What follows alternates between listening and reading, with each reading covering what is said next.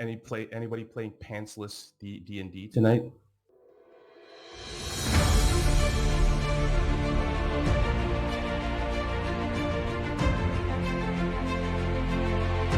Welcome to the Grand Campaign Podcast.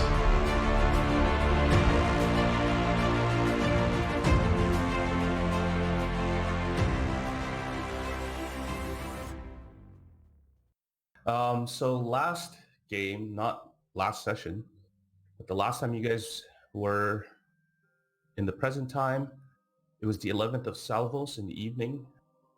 You guys went to Castle Zol, heading through the cloud gates, eventually towards the church of, from Castle Zol, heading towards the church of Eldath to go meet Savos and his father. Zundus has a talk with Kodlak, Savos' father, about faith, what it means, and what the battle that took place prior to that, the kind of feelings that he had, possibly divine, he doesn't know.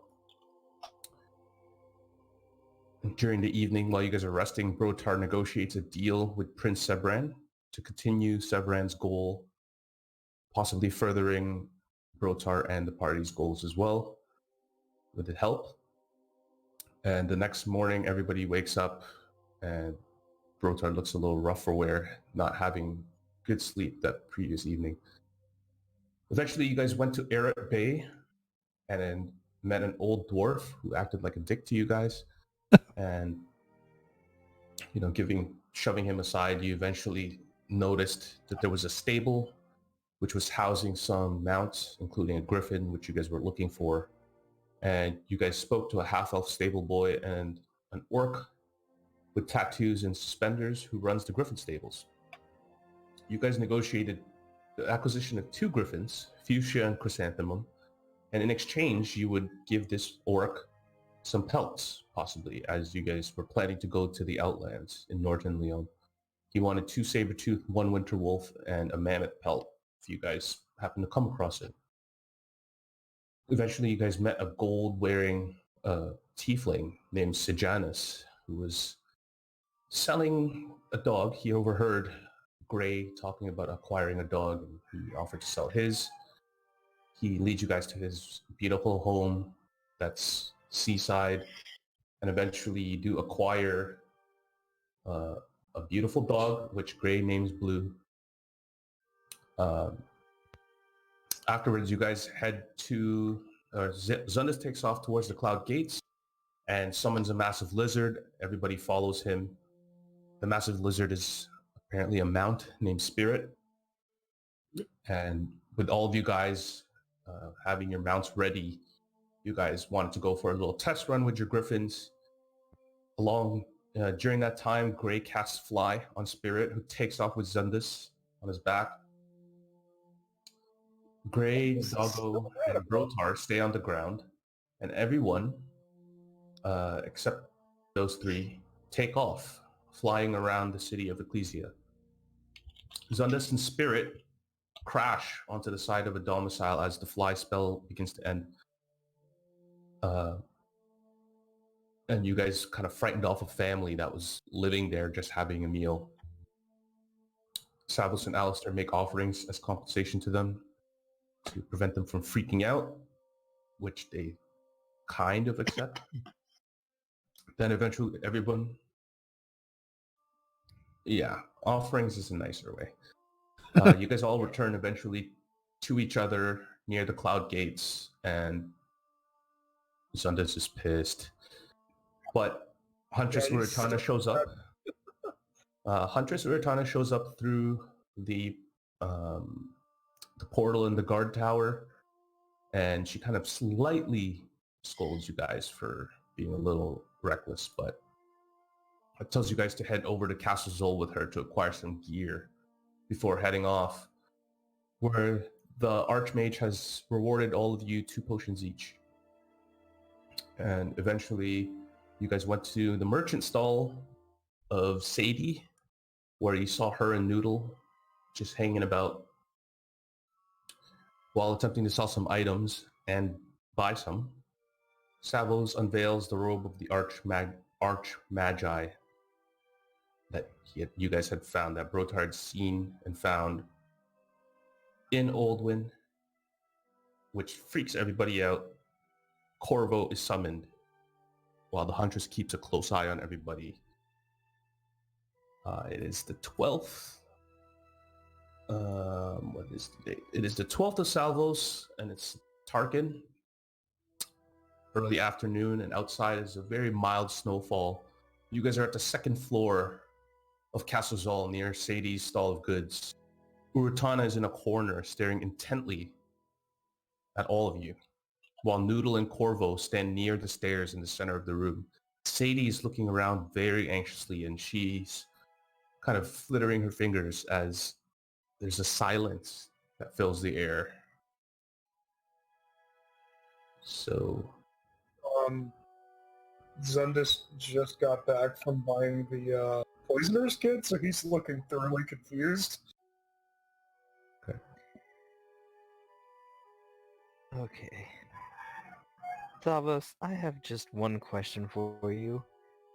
Why, in the infinite layers of the abyss, would you try to sell that?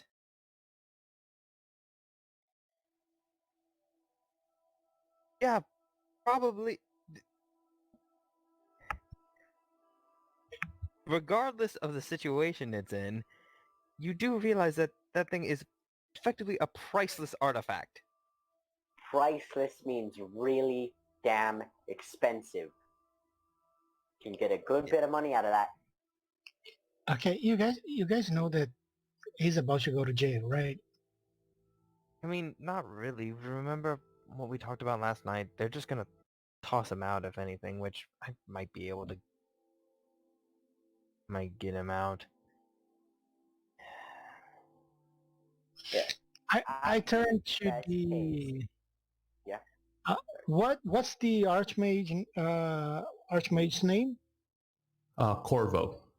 Corvo. I don't think he's here yet, right? I think Yeah, he's there. The last time he showed up, he okay. basically looked at you and says, "It's been a long time, Askar," and he's standing in the center of the room.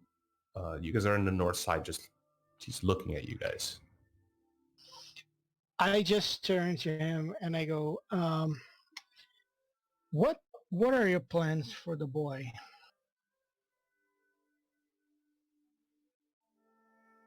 Well,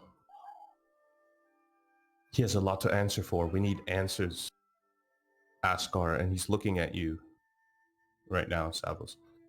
He says, "Not just the Frostborn, but the people of this city. They demand to know what happened, and they demand justice." I mean, okay, hold on a second there. Did someone died when everything went kaboom? 4 people. We talked about this last night. 4 people was just at the incident.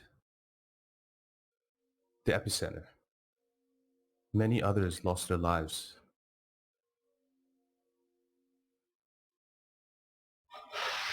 Well, Alistair, I have nothing. Alright. Well, firstly, I want to know, is it really a big surprise that he's here with us based off what I said last night?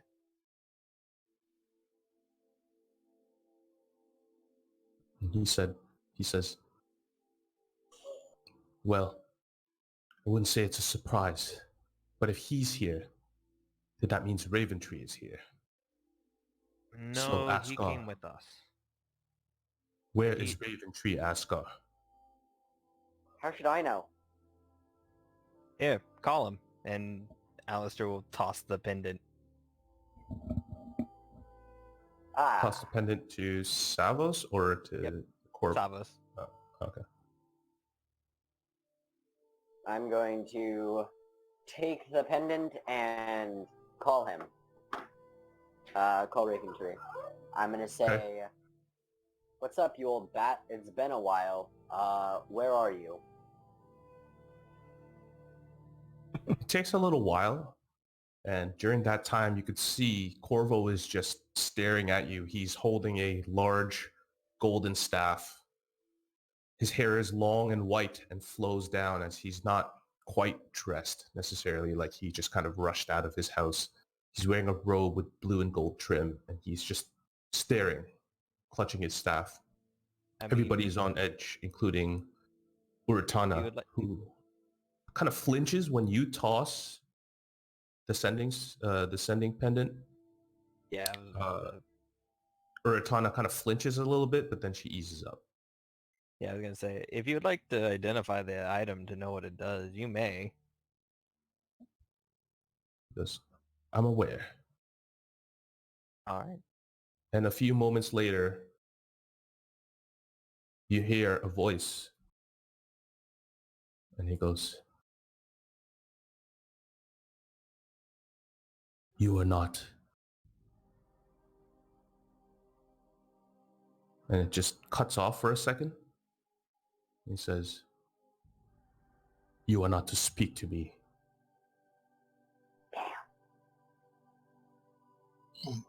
Oh. What did he say? He said, and I quote, "You are not to speak." Oh, And then it cut there.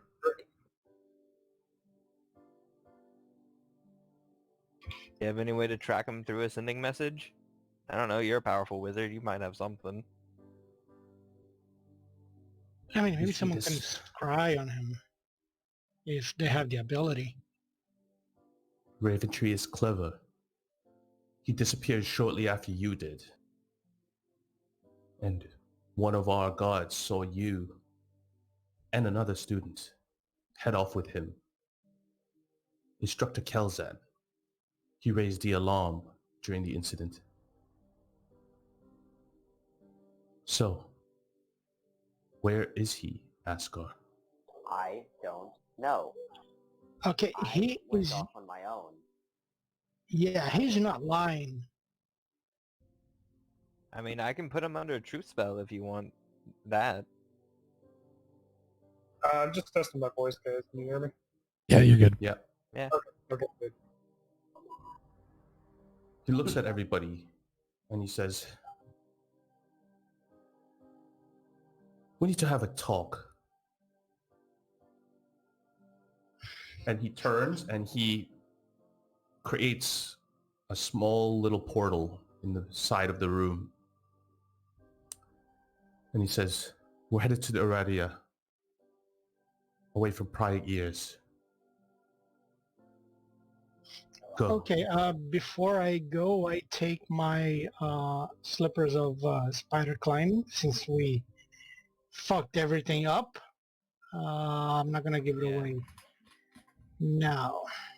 We just take our stuff. As you guys are taking your stuff, Sadie watches you guys kind of walk towards the portal, and she goes, "You'll come back, right?" Maybe. Oh, I got what I'm after, so I'm not planning And on coming. she turns over to Corvo and says, "If you kill them, I get their stuff." But if we kill him, we get your stuff. I don't say that, I just think. So you guys are being led. Do you guys go into the portal? There's like a shimmering blue portal in the side of the room. Yeah, I With walk in without bravado. hesitation. With a, Come on, Blue. So, with a heavy exasperated sigh, I do. okay. So you guys go near towards what looks like a giant red carpet where there are pillows just situated on the ground. It looks like, again, this is some sort of armory / meditation room. There's a portal that's been created by Corvo there, and one by one, everybody moves through this portal. Eventually, you guys are transported out. It's a little uncomfortable, but not completely. Until you guys eventually end up, and in front of you is a large open balcony that overlooks the seaside. And you can see down below actually the entire bay with the huge dragon bones sitting in the center of it. You guys are seemingly at the Aradia, which looks familiar to you, Stavros, as you guys entered through. I'm going to start scouting for escape routes. Okay. Make a, I'll say make a survival check.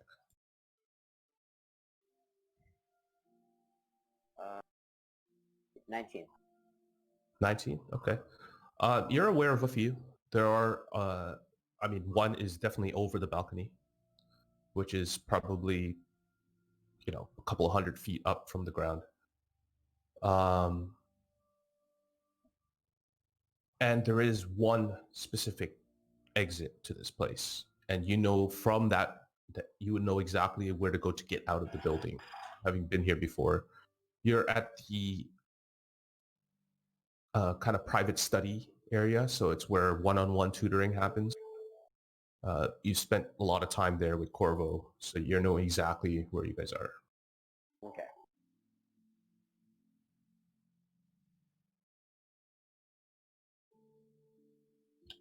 Alistair would just take a seat on one of the pillows Okay. and say, well, what would you like to talk about?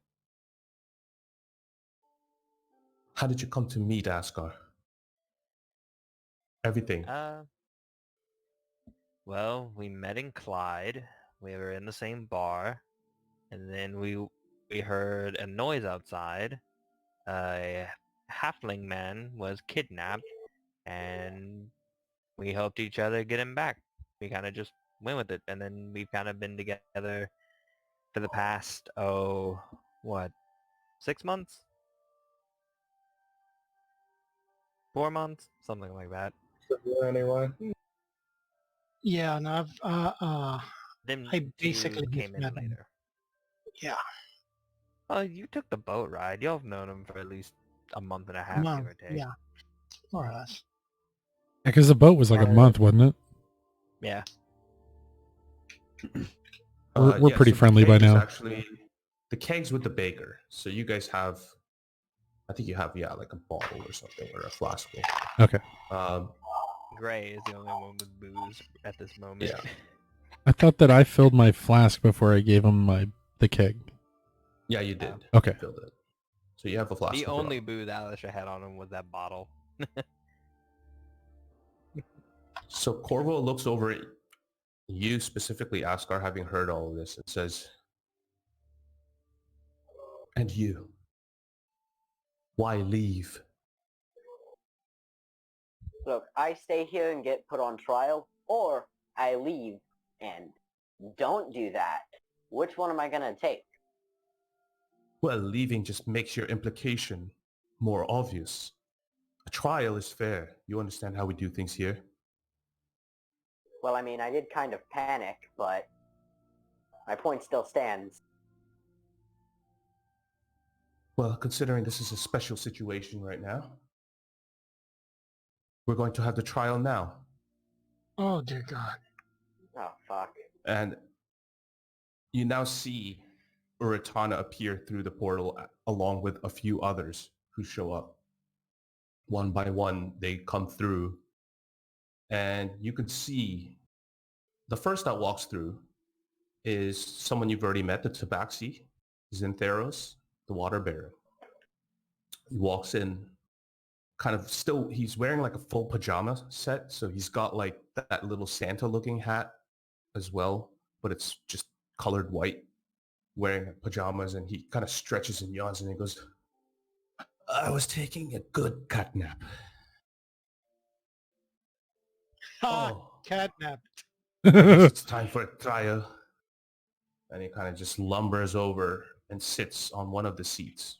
And you guys are in like another spire-shaped room with a large balcony. There are 5 seats arranged in a semicircle. And in the center is a mat where it's kind of like where you would train, I guess. And there's a table on one of the side of the rooms that's got a large book open in the center of it right now. The next is the huntress, Uratana, who walks through. And she doesn't say a word and just immediately sits on the seat followed by Noodle, who also comes in. And she, right before sitting on her seat, walks by you, Savos, and says, well, good luck. And she kind of just skips towards her seat.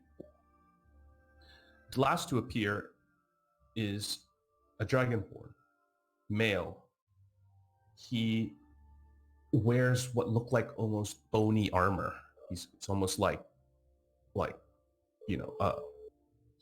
parts of bones that have created this chitinous armor.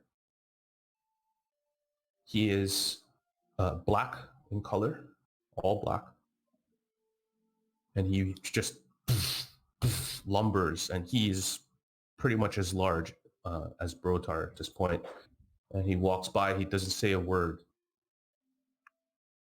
Walks by and sits in a seat until eventually Corvo goes to the center of the room. The Dragonborn speaks and says, what are we to try, Archmage? And Corvo says, well, it seems the prodigal son has returned, bringing with him some friends, but no sign of Raventree. And apparently he claims that he has no awareness of where Raventree is gone. It's up to us to determine if that is truth. And it's up to us to determine if this boy is still as dangerous as he once was.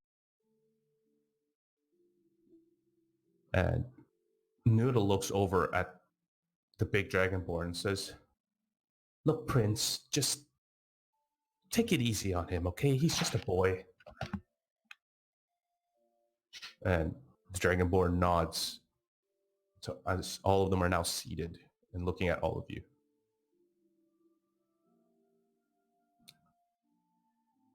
Corvo looks at you, Savos, and says, step forward, boy. I will step forward. So Right now, I'll just I'll comply with anything he asks for right now. Okay. He says, now,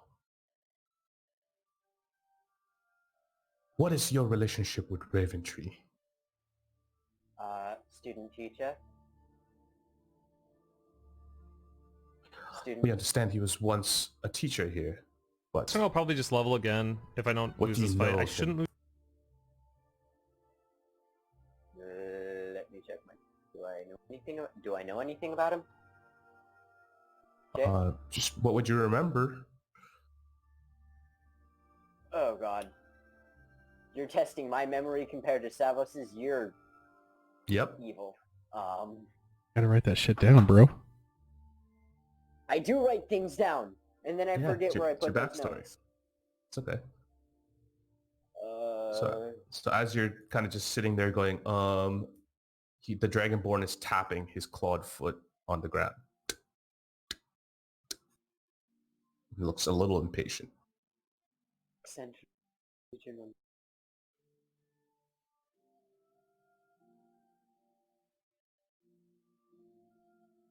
God damn it. All I wrote down in my notes was that he was a teacher. Okay, so that's what you would remember. Yeah, He says, and about this stone that was apparently the cause of this chaos, do you still possess it? I will throw down all of the Maraximors that I have on me Okay. right now. And as you toss them on the ground, they all fall, and the Dragonborn looks a little concerned, but doesn't really make a move, per se. Now, Alistair will speak up and say, we took this from that Carvos corporation we were talking about. We trusted Sabos with it because he was the most experienced with this mineral. And the rest of you, what do you know about these stones? Apparently they have some connection to the plane of death that apparently... I don't think Alistair knows that Ronlon's told. He's never been told this.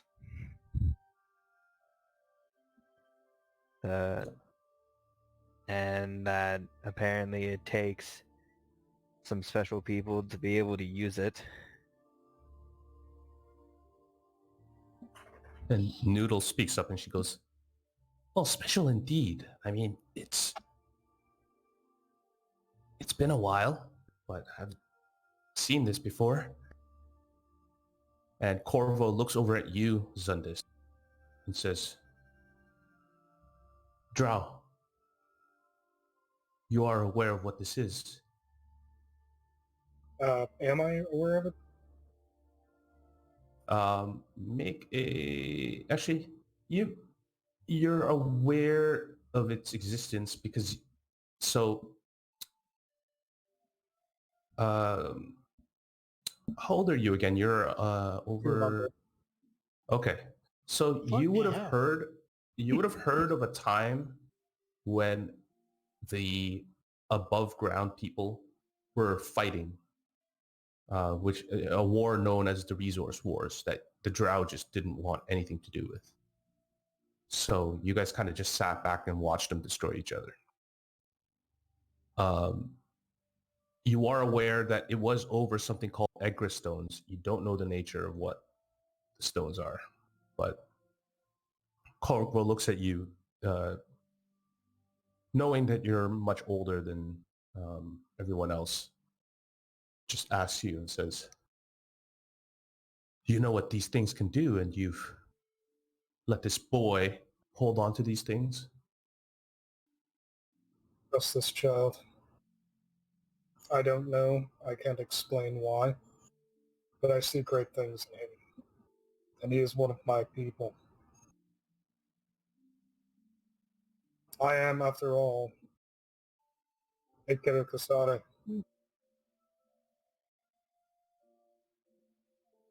And he says, "And now, seeing as you're here wearing not the outfit of your kin, who do you serve now?" I am an apostate. I serve myself. "Very well." And he nods. He looks over at you, Gray, and he says, "Tiefling." First of all, I have a name. You may call me Gray, or you may call me Greyjoy. "Well, Sir Gray, how do you come to meet this boy?" Well, we had an enemy in common. Someone I knew was very dangerous. They wanted to take those people out, and I offered to lend a hand. I've seen the boy fight. I've seen the boy put his life on the line for his friends, selflessly. Those are not the actions of a killer, sir. "And where do you hail from?" Um, I don't have a home.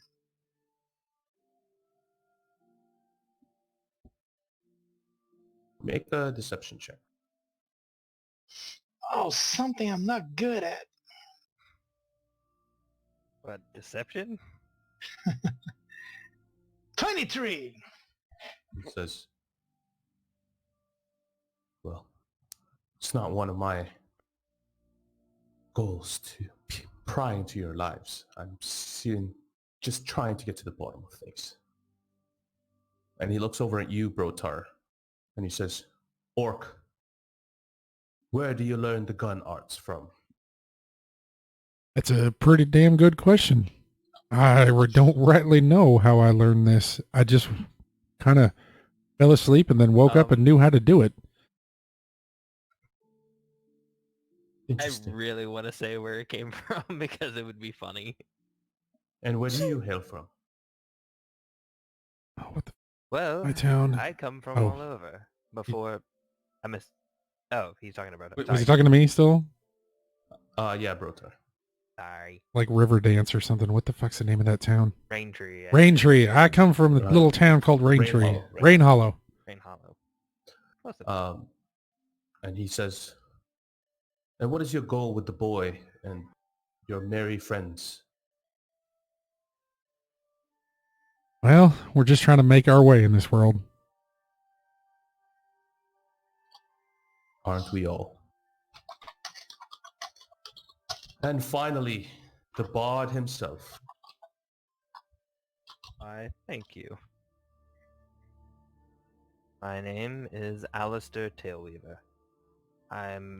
Before being an adventurer, I was a performer in the Wandering Menagerie Circus. Something you probably don't know much about here, but c'est la vie. I certainly don't know much about it. In fact, I've never even heard of it, but no Noodle here won't shut up about it. And Oh, you've seen our show. Noodle's like, I've been there once. It's quite some time ago, but I was there.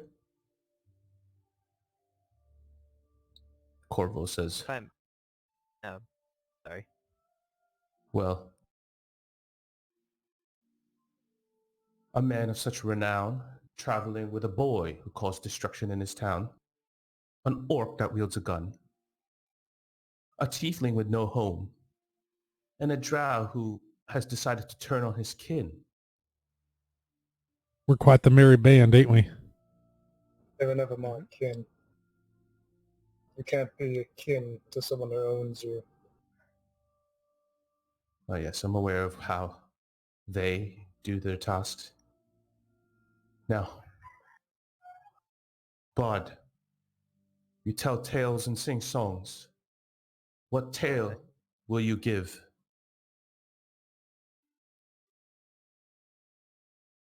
What can you Which tell would me? like to hear?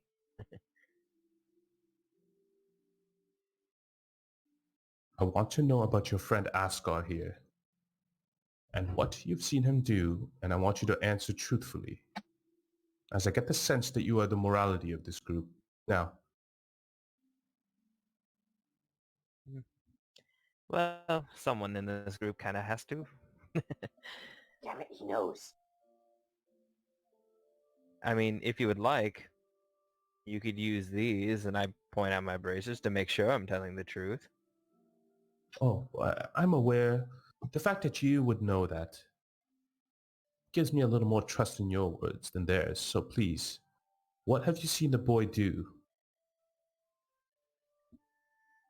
I've seen him, like I mentioned before when I met him, he did not take any time to help a kidnapped halfling man when asked by his wife. He helped stop a cult attacking a garrison that was led by someone who worshipped the Traveler. In Oldwyn, he has helped stop the tyrannical rule of the White Castles, like we mentioned. And like Gray has also said, he has helped us on many occasions. I will not lie, there are some times where I think he's annoying, like he just doesn't understand sometimes, but I don't sense any malice or ill intentions from anything he has done. He takes a moment and eventually he looks over to one of the guards who are manning the walls near the door and he says, summon the boy's parents. Fuck. And as you guys are sitting there waiting, He Yeah, says, they literally called my mom. I can't help Yes. you with that. I can help you with an archmage. Can't help you with your mom.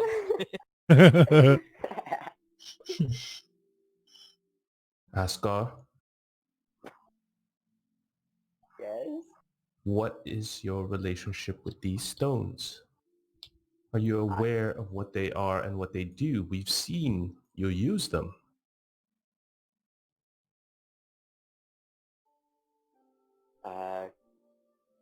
Guess what my relationship with the stones was? Yeah. Hmm. And they're all like staring at you at this point. Like the Dragonborn is just gritting his teeth.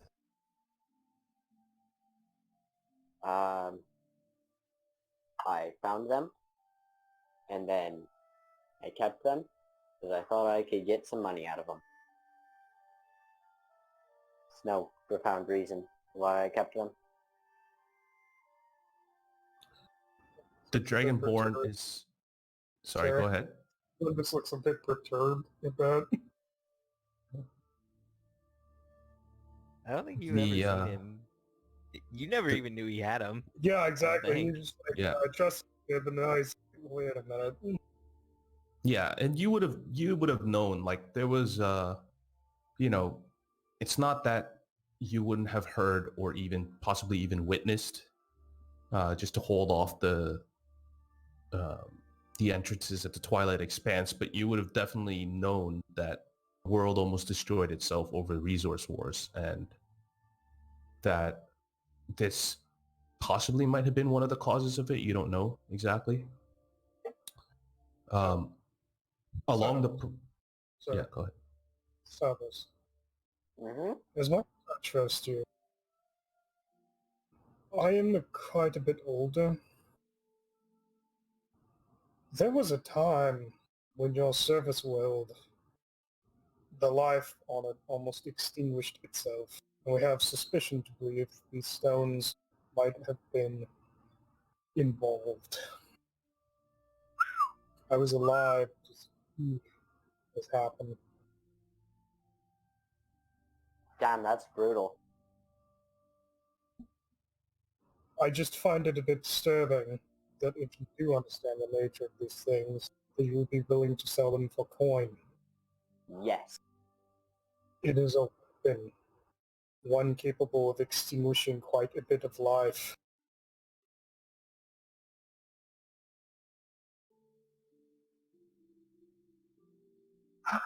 Yours, in fact, hangs on the edge of a razor blade right now. You understand that, right? The gravity of the situation in which you have found yourself and have dragged us, your companions, into. Yes. Think cautiously.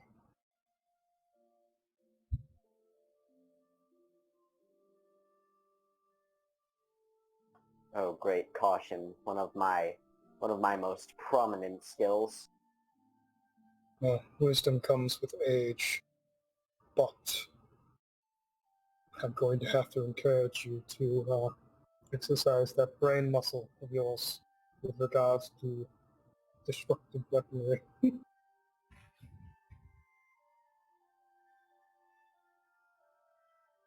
Fine.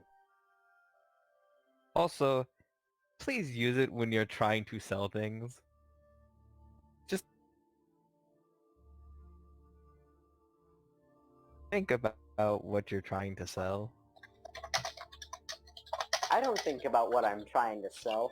I think about how much money I could squeeze out of what I'm trying to sell.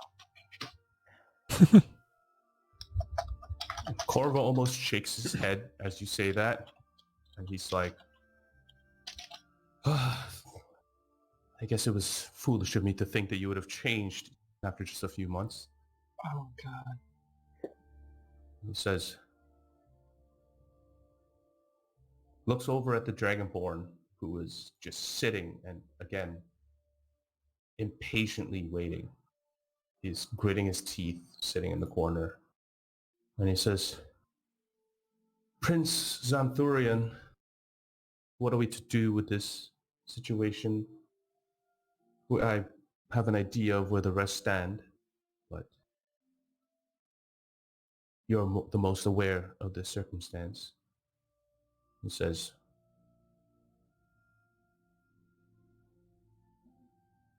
put the boy on trial. Wait, aren't I already on trial? And I thought this was the trial. Corvo says, very well. And just as he says this, your parents, Rhea and Codlack, walk in. Your mother runs up to you immediately, despite the fact that the rest of the Frostborn are a little bit on edge, but they allow it. She doesn't say a word. She just immediately embraces you tightly as your father walks in looking very, very frightened as to what's happening. I give him Corvo. just a shrug. Corvo says to him, Codlack, you are aware of the boy's existence here in the city? And Codlack is almost trembling as he says, I'm sorry, Archmage. It's... Noodle says, no need to say a word. A father and a son.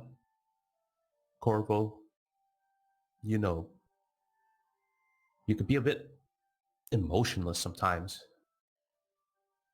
I guess that's why they call you the Deathsbane after all. And Corvo says, your son is to engage in the trial. Everybody, your parents look shocked.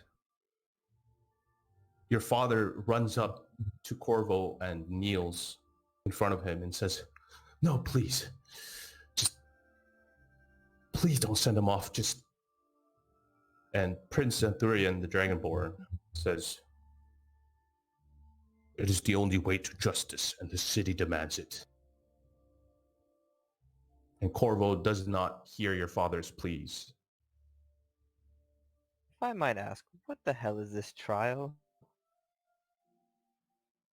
And Noodle says, oh, well, he has to go through his own test to prove that he didn't mean what he did and to atone for this.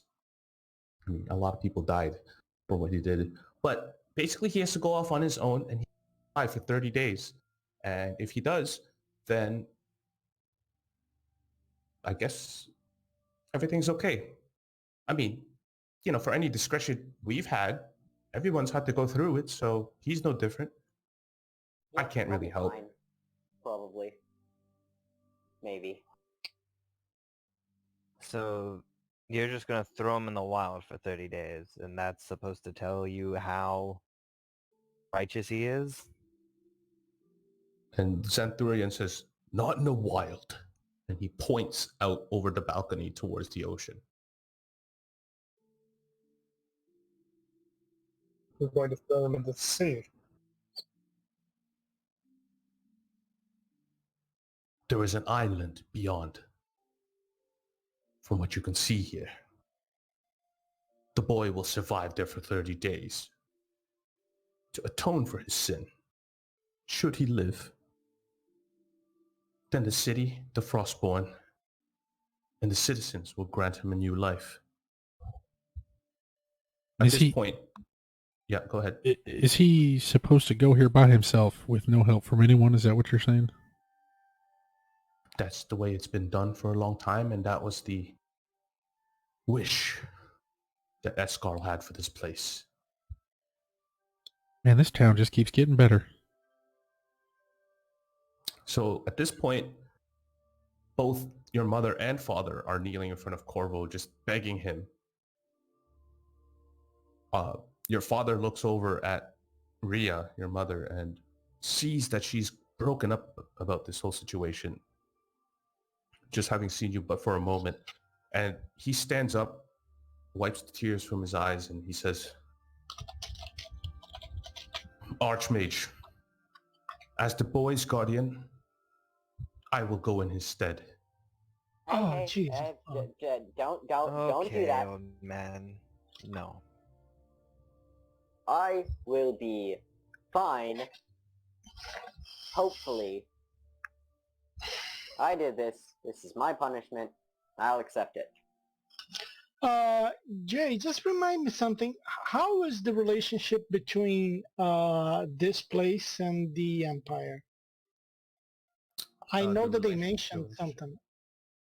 But I Ecclesia is don't- an independent nation, so they try not to get involved because they got a lot of things to deal with the wilds around them. But they are an independent nation, and they're just allowed to exist by everybody. Like they're not interfering with the empire, so the empire doesn't bother them. Okay. Same At with this the point, I go. Okay, before we make any decisions, before we do anything we might regret later, how about I propose a deal? Would you spare the boy and his father and mother if I could find a way to send troops from the Empire to protect your beautiful, amazing, wonderful city from the wilds and everything that wants to come in and destroy and kill your people? He says, Corvo says, with all due respect, Sir Grey, we know how the Empire works. We are aware that they don't want to give something for nothing. And we've done this fine all along. The Clavage's You're, power remains. you're not doing fine. You have things breaking into your city, killing your guards, killing your people. And yeah, the Empire is problematic. The Empire is too selfish. But I promise you, I can get it to change.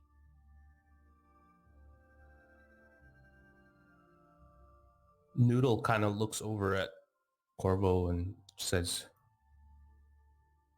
he's kind of raising a good point. I mean, we could use the help, but If I may interject, yeah, as much as I do not trust the stuff, you are also throwing away a very valuable resource. Every moment that we spend here piddling over this, Kairos Corporation is still actively mining for this.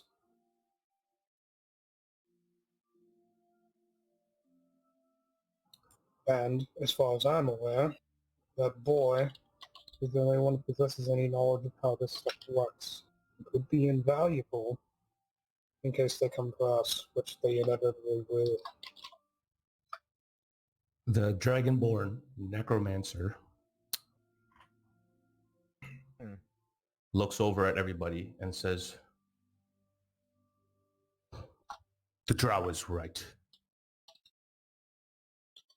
The boy's father will go for the trial, and we will call this matter resolved. No. Fuck. No. I do have a question besides everything going on here. How secretive is this island where you meant to send him? Is it charted anywhere? How many people know of it? Not very many. It is considered desolate. And the Prince Centurion says, it was my home, the home of the Tarkonans. And there is nothing left there but death. He survives the 30 days there. It comes back, he would have proven the boy's worth. Regardless of the trial going on right now, I just had an idea. Wouldn't this island be the perfect place to hold a base for this Carvos?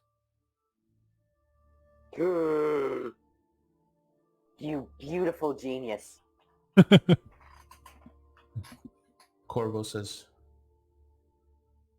well, if everything you said is true, then it's perhaps possible. What is it that you So- propose? Well, let's try to kill 2 birds with 1 stone here. How about all of us, my band of merry men, as you said before, go and scout this place out for you. We all go there with whatever help you have provided before, and we see if Carlos is there or not.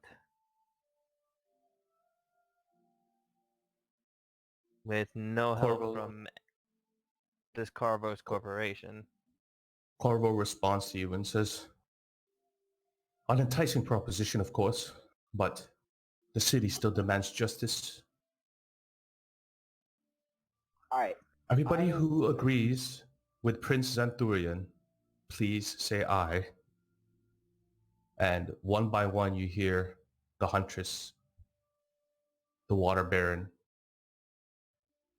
agree, as well as Corvo. Noodle is looking over at Rhea, who is just bawling, hugging Codlack Whitemane at the moment. Says, is this what we do? We rip families apart? And I mean, you must know what we're planning on doing if you do go with this course of action, right?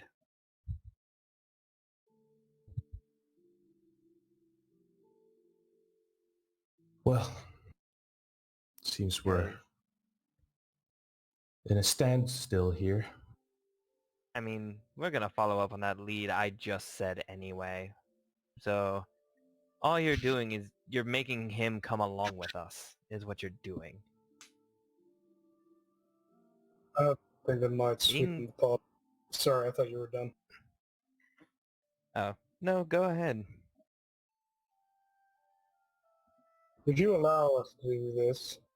As a show of faith, I will teach you a technique of my people that your gods and your men might be able to learn that might help you in the incoming battle. Something that I learned being a high-ranking member of the Dergulari.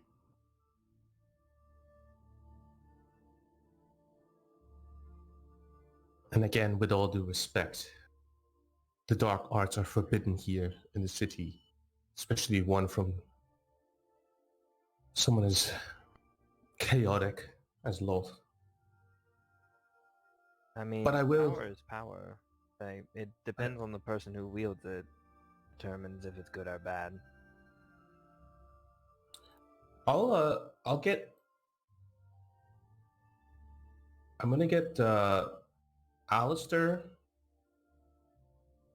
and Zundis to make persuasion checks. Alright.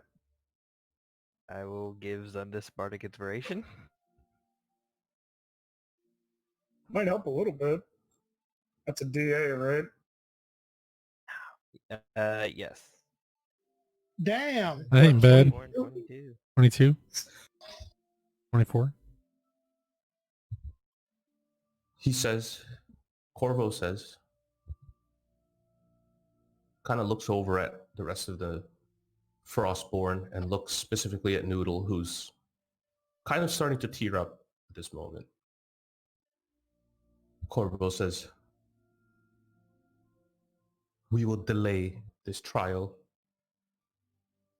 It will still be under our terms when we decide the next course of action amongst us. But you must continue forth towards Command Post Corinth in the Outlands with the Huntress. Kodlak will not be exiled to the island. But when you return, we will discuss how to proceed forward with this. Along the way, if you could keep a close eye on the boy, and perhaps if by some miracle, Raven Tree appears and this whole thing somehow turns resolved, well, then we can rethink this trial. That is the best I could do given what the people demand. I feel some serious foreshadowing for what's about to happen next. Yeah.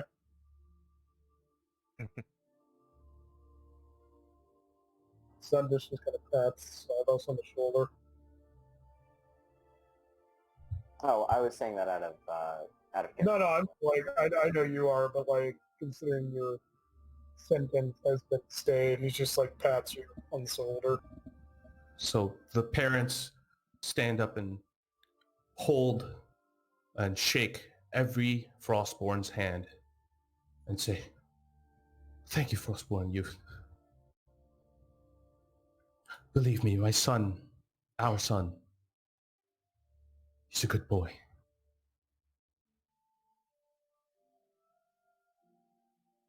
And the Dragonborn, kind of says, "And that good will quickly be lost as he gets older." And he kind of just stands up, pushes his chair back like 5 feet, kind of tips over on the ground, and he just lumbers out, leaving the place. Yep. I was just going to say, on his way out, I was going to say to him, y'all do realize your town is a real shithole, right? Yeah, I kind of agree to that. Like, the Empire might be bad, but at least we have booze and whores. So, I mean, I just think y'all Yeah. might need to reevaluate your town principles here. And he says, the Dragonborn says, "It's what Ekar's soul wanted, and it's what kept the city alive this whole time. So though you might consider it a shithole, it is effective." And he just lumbers off. I've been to quite a few cities that don't seem to have these stupid rules you have, and they seem to be doing all right. But you do you, bro. yeah, and just think about it. There's a difference between living and, just existing. And one thing's a lot better than the other. I guarantee you The that. huntress who's been kind of just quiet and kind of uninterested in the whole situation stands up, and she says, "Well, I think your opinions will change once we reach the Outlands. And I don't know about you, and I don't know how the kid's been doing." And she kind of nods over at Savos, says, "But whatever you saw at the Cloud Gates, that's just the beginning." And she kind of gives you the wink as she walks away. She says, "I'll see you guys," and slowly leaves the room.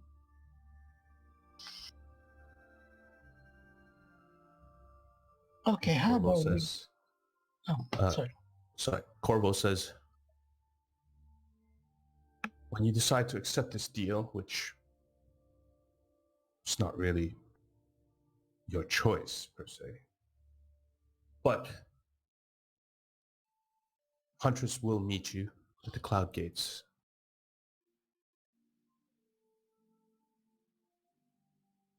Well, I And guess we don't slowly, have... slowly, one by one, everyone is leaving the room. So unless there's anything else you guys want to say to Osborne." Can you Nope. take us back to the shop?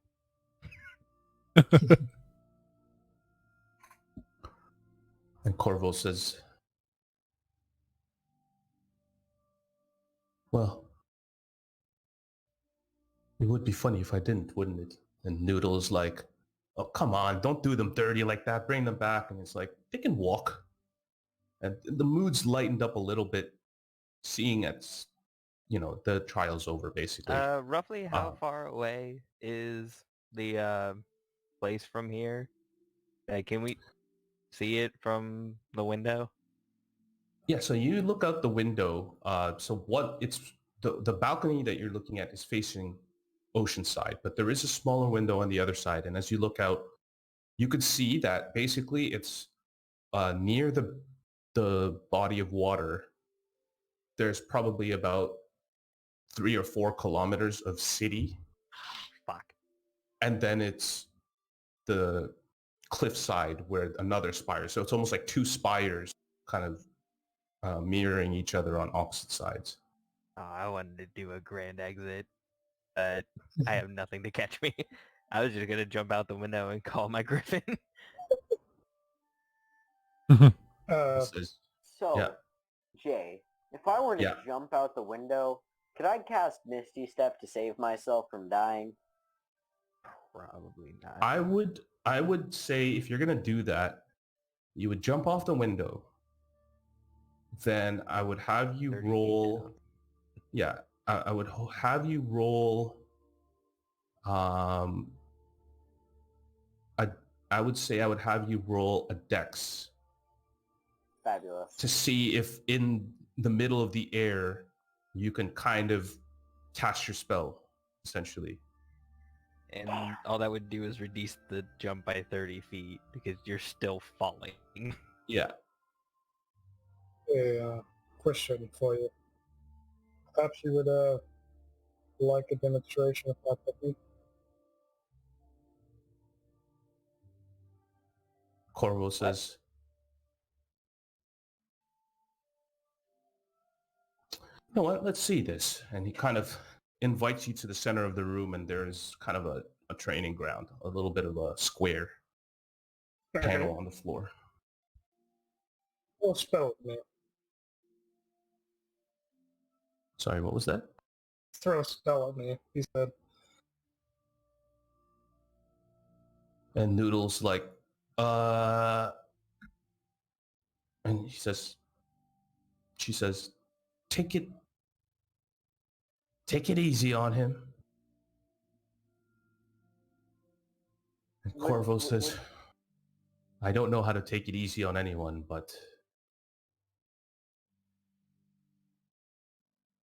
all right. Would Savos have a rough idea about what the Archmage's level is? He's very powerful. You've trained with him a lot in the past.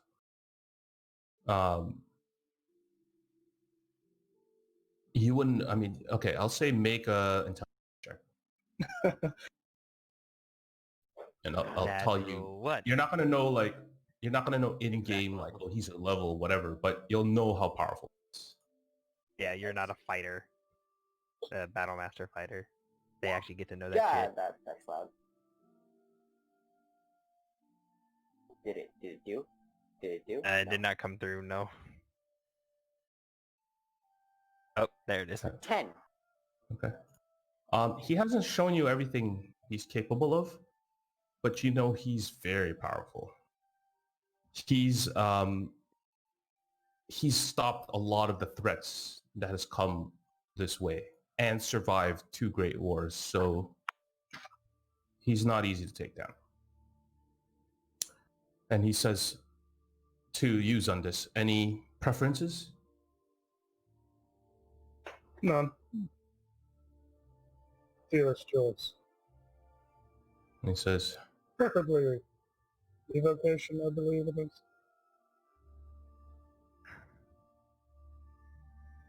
okay. Offensive or defensive? Offensive.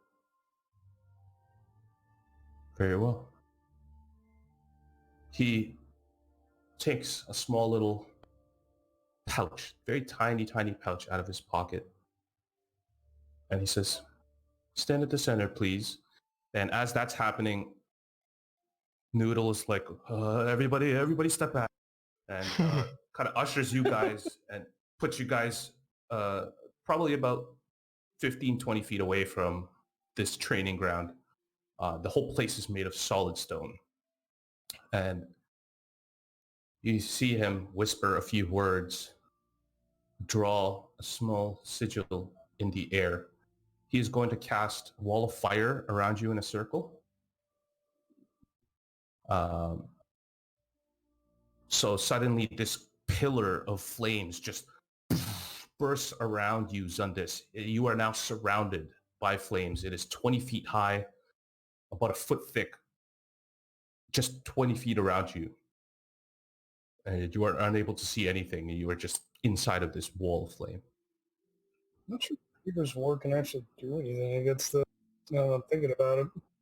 You could try walking into it. Yeah, I'll try that. Just walking into it and casting Weaver's Ward before I take any damage, or at least trying to. Okay. So you're gonna walk into it. What is Weaver's Ward again? And then I'll cast it into the thing. Can you what does Weaver's Ward do again? As a Like the reaction, you may specific wording? absorb incoming damage from a creature and store half the damage total into your shield for 1 minute. You can use a separate reaction to Okay. negate incoming damage to another creature. Okay. I'll say just for flavor that it'll apply to you in this case. Normally it wouldn't. Okay. So give me a sec. To figure out what the Okay. spell actually does. The wall of fire, as soon as you walk into it, deals 24 damage Okay. to you. However, what are you gonna do? Cut it or negate it? I think you can Negate it. cut it. Negate it? Okay, how much damage can you negate? It's half the incoming from what it says. Is it half the income? Oh, half an incoming towards another creature, but Yeah, There's a basically, from what I read is basically he halves the damage coming into him, and then he can take that same amount of damage and negate that amount of damage on another attack, no matter what it is. That's how Okay. I read it. yeah. Okay. 12 damage instead of 24, right? Yeah.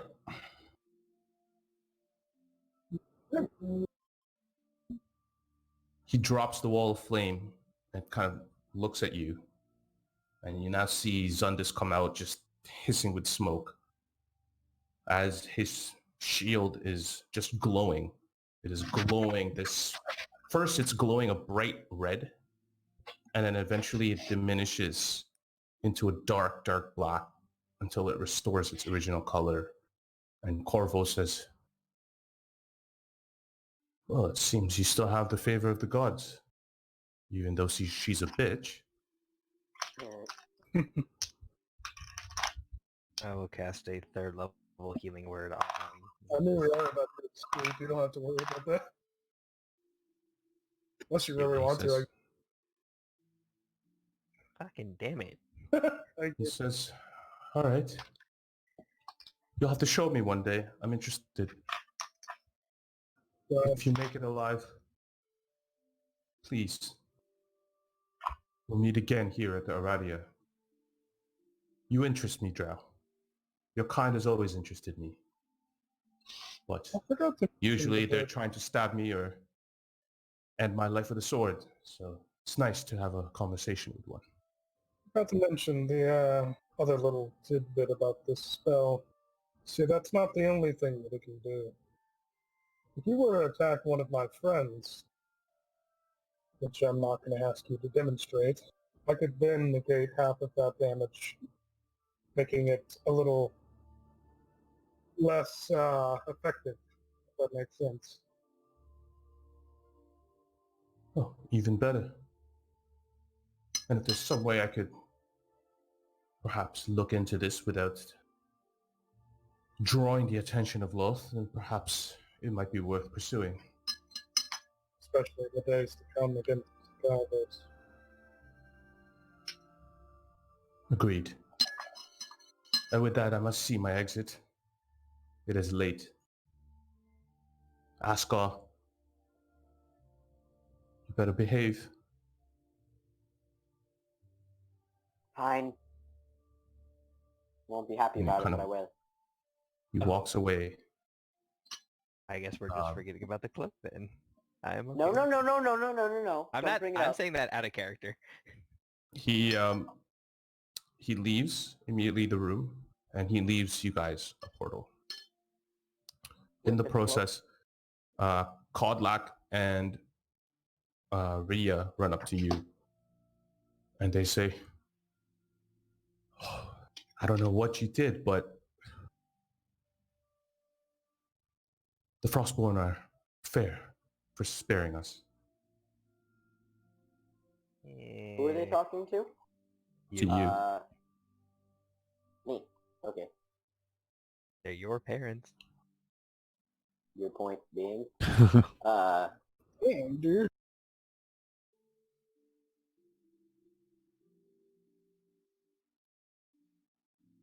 At this point, your mother is still very, very intent on just keeping you around, and she's kind of just touching your face, touching your arm, kind of squeezing your shoulder. Almost. Savos, yeah. why don't you spend tonight with your parents?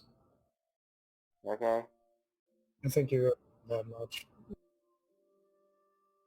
Yeah, I probably do.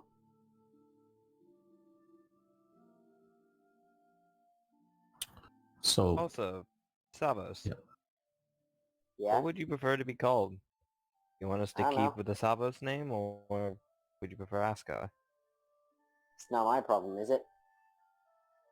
It's your mean, name. Whatever That's you what we want. call you. I'm gonna keep calling him boy.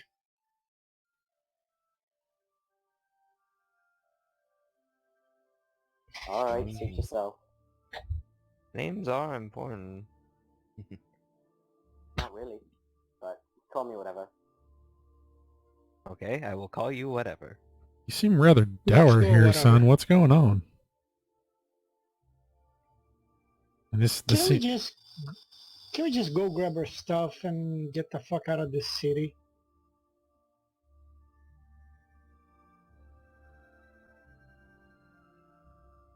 Away from your problems. Yeah, we gotta do this at least twice more, or 3 times more actually. Why? Examir, Rain Hollow, Dragon Scar. Oh yeah. Well, I'm pretty sure that Rain Hollow ain't gonna be this shitty. I mean, it has been a while since I've been there, but it wasn't like this when I mean, left. Maybe not exactly this, but probably something similar. Oh, Maybe just not. please tell me there's booze there. Well, like I said, it's been a while since I've been there, but last time I was there was booze, so shouldn't have a problem. Can we go there And now? Well, Examir is closer, and as far as I'm aware, that's where that bottle came from that I used for the cake. Let's just get our shit done here. Agreed. I think we all know, or all agree that we need to just get the fuck out of here. So let's get it done and get on. Had enough of this fucking place.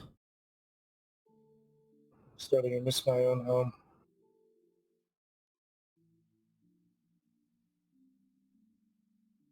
So your parents look over at you, Savos, and they say, "Well, you're welcome to stay at the home tonight. And as for the rest of you, please, the church is open for you to use." I'm grateful. Thank you. I'm grateful for the fact that we ain't dead, but thanks. So Ria just basically starts pulling you, Savos, along with her, and kind of slowly, in a motherly way, almost pulling all of you towards the portal. Yeah, Alistair, while going, is going to try to sleight of hand Savos's gold pouch off of him. No. Go ahead. No. Please roll high. Natural 20. Natural 20. Oh, well, 19. Ooh, wow. Okay. Savos, make a perception. It wouldn't Alright. be against his passive. What is his passive right now? Sorry, I'm trying to pull it. Sure as hell I just wanna not see. 19. Alright, perception. 4. Okay. You didn't see shit. Mama tears coming to the So rescue. Big old your 4. mother is like pulling at you, and it's nice. It's nice that you haven't seen her a few months, that you're finally openly interacting with her without having to disguise yourself, and there's a little bit of excitement, maybe even to try some of the cooking that she's been waiting to show you. Somewhere along in there, you don't know that Alistair just yoink has taken the gold pouch. And Alistair will just step through the portal. Okay. 4. As all of you are stepping through one by one, right before you step in, Kodlak pulls you back, Brotar. He puts his hand on your shoulder and he kind of holds you back. He's being right back. As everybody's already gone through. Oh, okay. He's going to get a beer. Yeah, so Alistair, as he's going through though, he's just gonna hold it over his head and say, "You're not getting out of paying for this, Savos," and it's gone. you guys I'm all gonna start appear on the other booking it side. towards him. I suggest you go back with your family. Oh my god. Oh, no. Alright, wisdom save, right? Yep. The eternal magic battle of two spellcasters. That is a fail. Fucking whore. So yeah, I mean, you're... you can come after me once you get home with your parents. That's Actually, gay. So, all of you are being led across. You guys appear all at the Castle's Hall, the second floor where you guys were left off, and Sadie is like leaning on her, kind of falling asleep. And as everyone kind of pops in, she goes, "Jesus!" As Zundis's armor just clangs on the ground. She says, Morning. "Is it over? Any of you dead?" Yes, I am dead. We've come back to haunt you. I want your soul. Well, can I sell you stuff even though you're scary and are ghosts? You can sell me your soul. Sure. All right, great. And she kind of just like goes back to normal. As everyone has popped through the portal, Kodlak puts his arm on your shoulder, Brotar, and he pulls you back for a second and he says, "Do you think you can do me a favor?" Like I said, depends on the favor.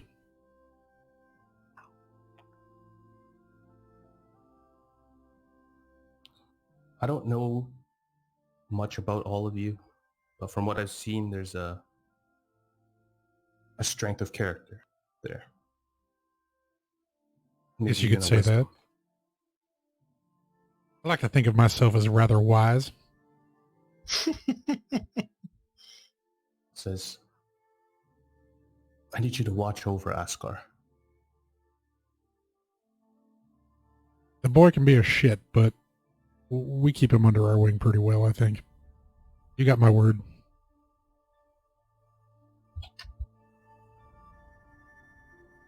Well, that brings me a One bit of more relief. thing. Sorry. Yeah. I know, but just one quick thing. Alistair will also take the rift mail from Savos. Okay, so Walker go ahead Mail. and make a sleight of hand check for that. Well, it's after he is like pretty much said to go to his he's just gonna take it from his bag Oh, while okay. he is I see. charmed. Under the spell? Okay. Yep. She wait. I would still like to try not to. I believe. I don't know. I mean, let me post suggestion. Just You have advantage, effect- Savos, because you're a half elf. I do have advantage. You're right. Just know. It's a 9. Oh, that's even worse. Okay.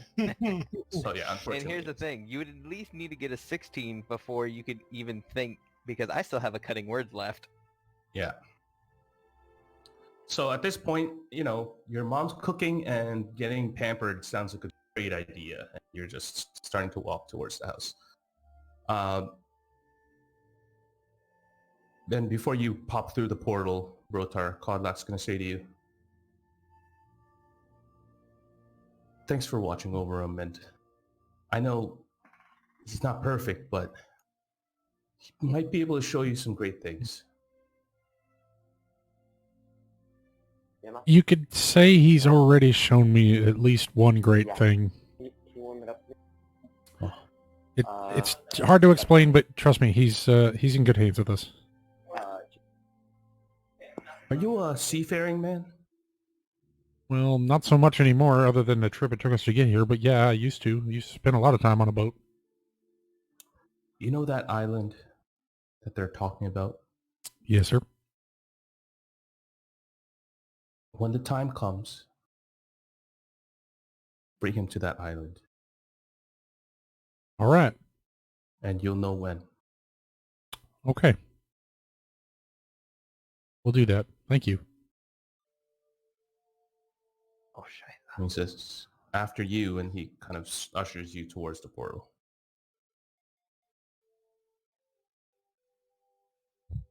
So you guys pop out the other side.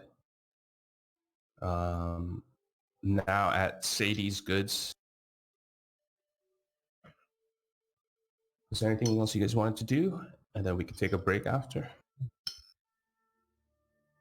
I guess try to strike up that deal from before. Okay. Yeah, she's like yawning and getting tired, but like, I don't care. I'm gonna make this sale. She says, all right. Kind of slaps herself a little bit. Prepares herself. I believe it was your whole pot versus the shoes, the chainmail, and 10,000 G, I believe. Yeah, she was gonna accept those terms. It would be right about now, I think that I'd be realizing my pockets are significantly lighter. Oh, so that's the whole reason why you ran at me. No, you know already. Yeah, you're aware, but it just Alistair seems like showed you that that's what his plan was. It's just Oh. you're convinced to go home. yeah. How long does And the we'll- spell last? 8 hours or until you finish whatever I told you to do.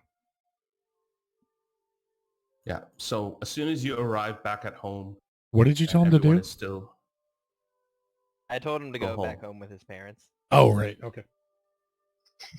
So yeah, after you've already bamped out of Castle Sol, you're now at the Cloud Gates. You make your way back to your house, take the 10 minutes, 15 minutes to walk there. You step through the door, and immediately you're like, fucking Alistair. That whore! And then I'm Bitch, going to you start don't booking even it know. back to the shop. So Yeah, so are you guys gonna take the deal that I mean, You wouldn't... Would you have the Riftwalker's mail? Because that yeah, I thing's took that from you too while you were 55 yeah, he says pounds. you took it. I can hold it. If you can hold it, I can hold it. Yeah. That's not the point. I think it would be a little bit difficult to take my, Nah, whatever. I don't care. It's almost mean- like as you're walking, he's just pulling stuff away from Yeah, you. I and was just pulling your out of your mom bag. is your mom is pulling you the other way, so you're kind of just like, I don't know. There's like a fucking yard sale behind Savos right now with all the shit that Alistair's taken off of him. Yeah. Hey, I only took his money and the Riftwalker mail because we were planning on selling Yeah. it anyway. A good portion of that money isn't even debt money. I know, and I'm keeping track. I'm going to return it. It's just I needed your gold, and I can't scoop up 1,000 platinum. So I just took the whole thing. Yeah, I'm going to start booking it back to the shop right now. Okay. So, So should we- along the way, What even I'll was the say, whole pot? It was the he still has. immovable rod, the double bag of holding. It was the and- immovable rod. The I believe a ring of protection Yes. and a. um, Sorry, it's my old notes. Ring of protection, immovable rod. And the improved bag of holding. Yeah, and the bag of holding. Yeah. I like double Okay, well, that who gets what? here. I think Samos really wanted the bag, so we'll give Are that you guys to going to take him. this deal? I mean, yeah. How much I'll is Okay. it? take the bag. So you Yeah, can yeah. mark off Okay. 10,000 gold. So we have Savos take off 1,000 platinum from what you have. So it'll be you'll have 400 50 gold left.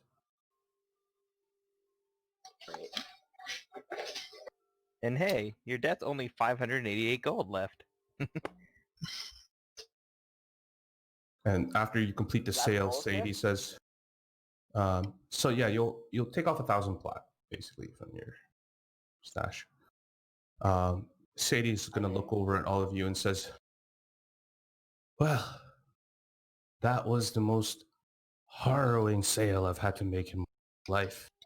There was potential death involved. There was It will make- Archmage, the Frostborn. I pointed a make gun for- at that orc's dick. Anyway, I'm gonna go get some sleep. Thank you, everybody. And It'll make for the best story to tell the kids. oh, believe me, Maybe minus I'll- the dick until they're older. oh, it's fine. They're aware of what that is. Uh, I'm gonna shoot some finger guns at her and be like, "Have a good night, sweetheart." she goes right back at you, handsome. And she kind of walks away, and she's slowly just like lumbering. And it's almost like really heavy for her to carry all this platinum. But yeah, so you guys can mark that you guys have the immovable rod, the improved bag of holding, and the ring of protection. Yeah, who wants the rod? I'm not sure if I know how to use it properly, so I'll let one of you more experienced fellers have this. If no one wants it. I How would would really my brain? appreciate that ring of protection. I mean, you can put it up the highest with your fly spell. That's fair. And I still have the hole, so we probably shouldn't give me the bag. Yeah, I was planning on giving that to Savos. He's Okay. kind of the weakest of the bunch, and I feel a little bad taking his gold on this. Really? A little Yeah. bad. You stole like more than half of my life saving. That most of that, like I said, you still have debt. Shit. It just that cleared most of it. Okay, I am like 99% certain I had more gold than I did debt. Yeah. You are at 588 gold left in your debt.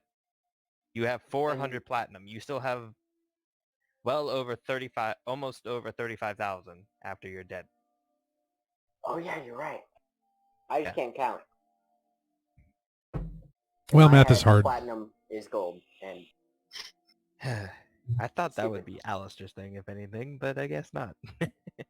400 is 400. You're the wizard. Act like it. And that doesn't mean I have to be smart. Kinda Especially not with my does. It money. really does. That's like the whole thing about being a wizard. He's just not good at math. He's good at spells. They're two different Yeah, fields. spells, not math. It's like the bard going, like it. I'm I a don't know how to bard, but sing. That doesn't mean I have to be good with, talking. Of course it does. And then I slap Savos. Well, he's not even here yet. I'm gonna fight him. I'm gonna punch him in the face. Why? Evil. He's mad at No, me. I'm kidding. If anything, I'm expecting a slap in the face. Be expecting worse. Yeah, so who's taking what item? I wouldn't mind the ring of protection because I'm always like a melee You already range. have really good armor. Yeah, but I get hit a lot. But it's fair. What's Yeah, your AC? well, What does I'm that the do? last Give line one of defense bonus. compared to the squishies. And my armor is not even that good. I mean, my AC is only 15. I don't know if that's... Yeah, my AC is 14. The only other Alright. person that could use it is Savos, but here's the thing. If he really wanted to, he could try to get that archmage for him, and he'd effectively have +3 studded leather. What?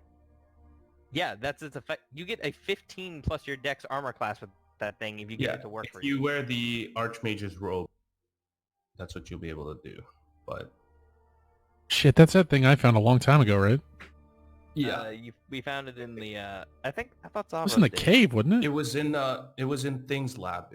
At Oh. Ava's lab when No, you guys not that restored. cape. No, Yeah, that was sorry. the Grey Castle cape. Yeah, when you guys when you guys restored Oldwin and Ava moved her store over there to her research area, you saw it. She said we could have anything we wanted, and we took the robe of the evil king. All right, we're 30 sessions The in. only I can't reason why remember Savos everything. can't use it is because he's not evil. Yeah. Yet. I think he's trying. He's kind of turned into a dick. Hey, Which, I'm only a dick about So my far, money. the only reason why Alistair hasn't completely given up on Savos right now is because of future Savos. Do you even Knowing know about that- Future Savos, though? Did I explain that? I think you told us. Yeah, when Faustus was Oh, Yeah, yeah. class. you I think. explained Yeah. that. Okay. So Again, I can't remember apparently everything. Savos coming back from the future to help you. That is the goal that Alistair is sticking to in his head. That maybe one day I can make him there. I mean, that's why I said yes to his dad, too, was because I know what he had done for me in the future. Yeah, which I was thinking it would be very funny if I told him technically Savos taught him how to use the gun. Right. I didn't want to say it. I know. But that's That why I would have was made for a laughing. good story. Well, technically speaking, your son taught me how to do this.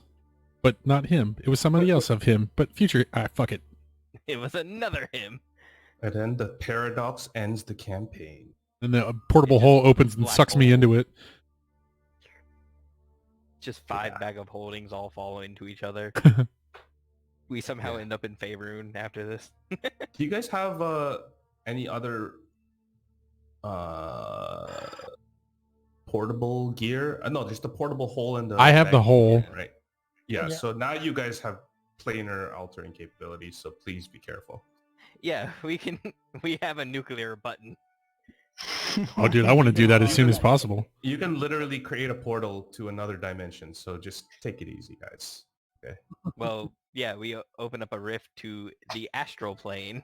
Yes, which is not gonna help you guys at all. I mean, you're technically, we freezing can go cold. anywhere from there. You're freezing cold in the northern Lyon, and being in the astral plane is not going to be fun. Yeah, there's a lot of bad shit there. It's bad, okay? Sirac. Yeah. So, So I'll say, just for the sake of speeding things up, everybody's going to get a long rest because it's the end of the evening. Yeah. Jeff? We made up with Savos. Yeah. I just give him the bag of holding with all of his gold in it. Since I only need like When we 4 meet hours. up with them, I'm gonna tackle Alistair. Okay. Since I only need like 4 hours of sleep, I'd like to get some practice in with that poisoner's kit. Okay. Sure. When Savos tries to tackle me, I will use my Faustus cape as like a bull cape and just olay him. Okay. I'll say if you're going to go and make a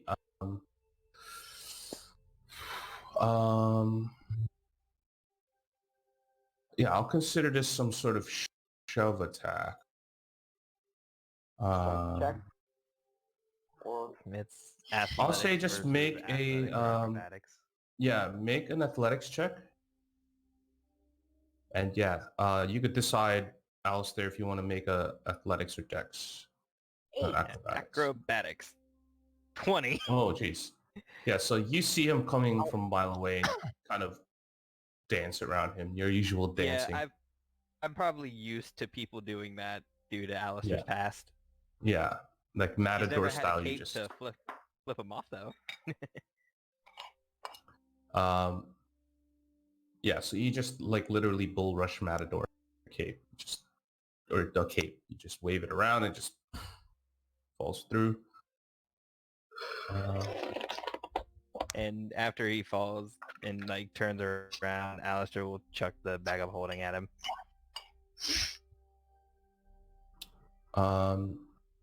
You guys want to take a break, or are you guys good? What do you guys want to do for now? I That can sounds get some good. water. Yeah, Yeah, just okay, a fiver.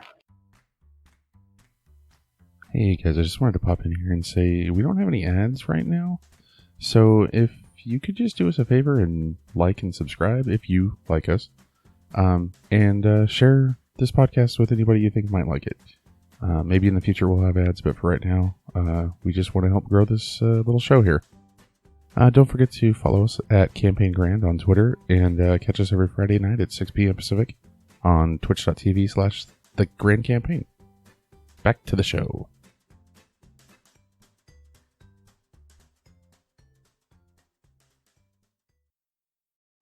So during the evening, while you guys are taking a rest, Savos,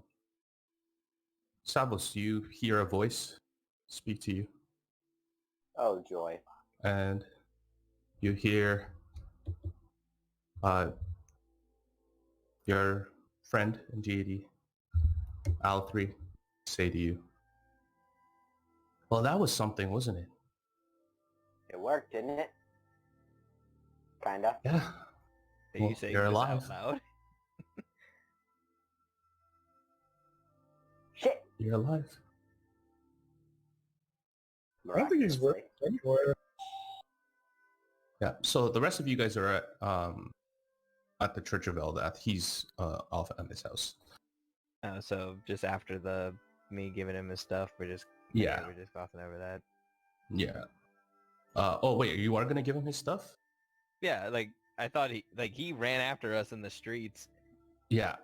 And then you're just So, gonna. like I was gonna toss him like I put his gold pouch into the bag of holding and I just tossed him the bag. Okay. So Alistair tosses you a bag. So rewind to that moment. Yeah, after I olayed him. Yeah. Anything else you guys gonna do before Just the that night thing with comes? the poison kit, that's about it. Okay. What are you gonna try to do with the poisoner's kit? I'd like to try to see if I can make one, but mainly just practicing. Okay. Since I only need 4 hours of sleep, I wanted to try to get like 4 hours in. Okay. Make a intelligence. Alright.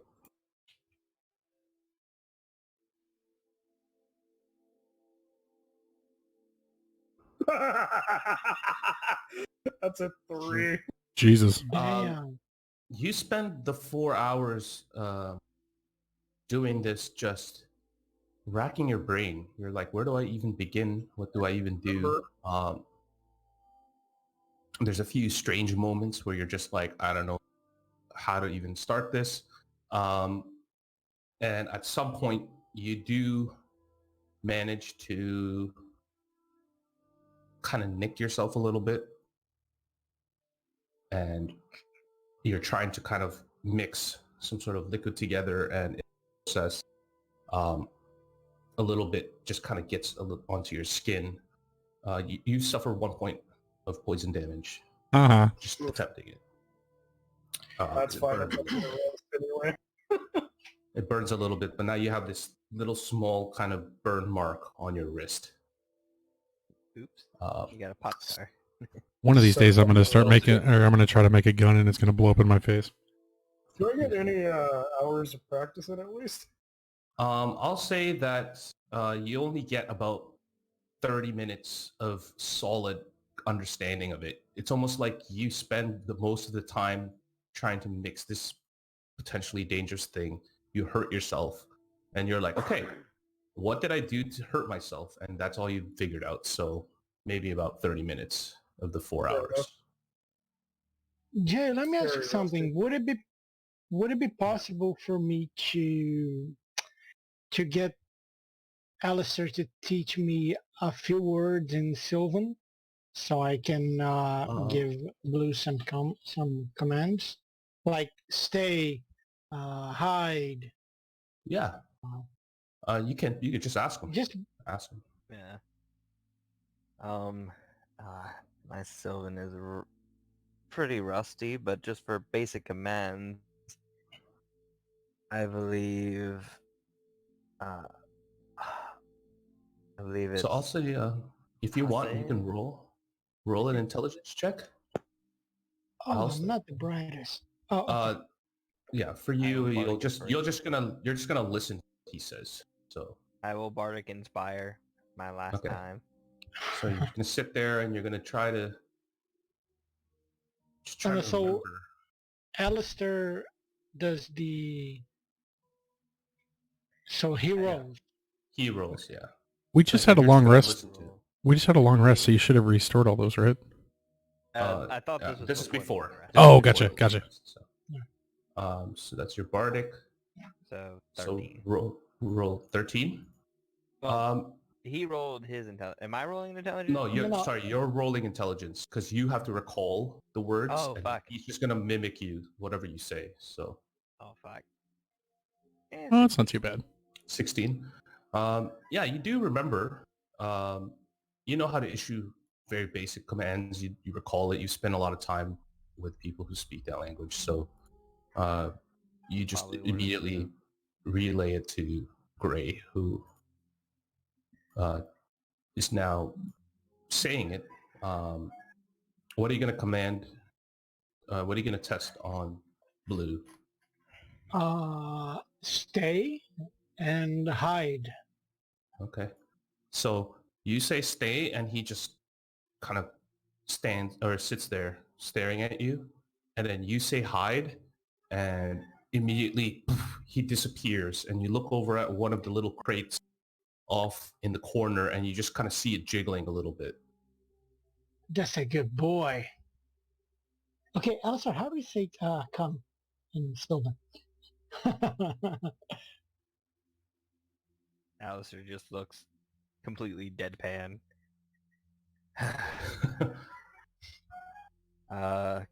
Come should be ole.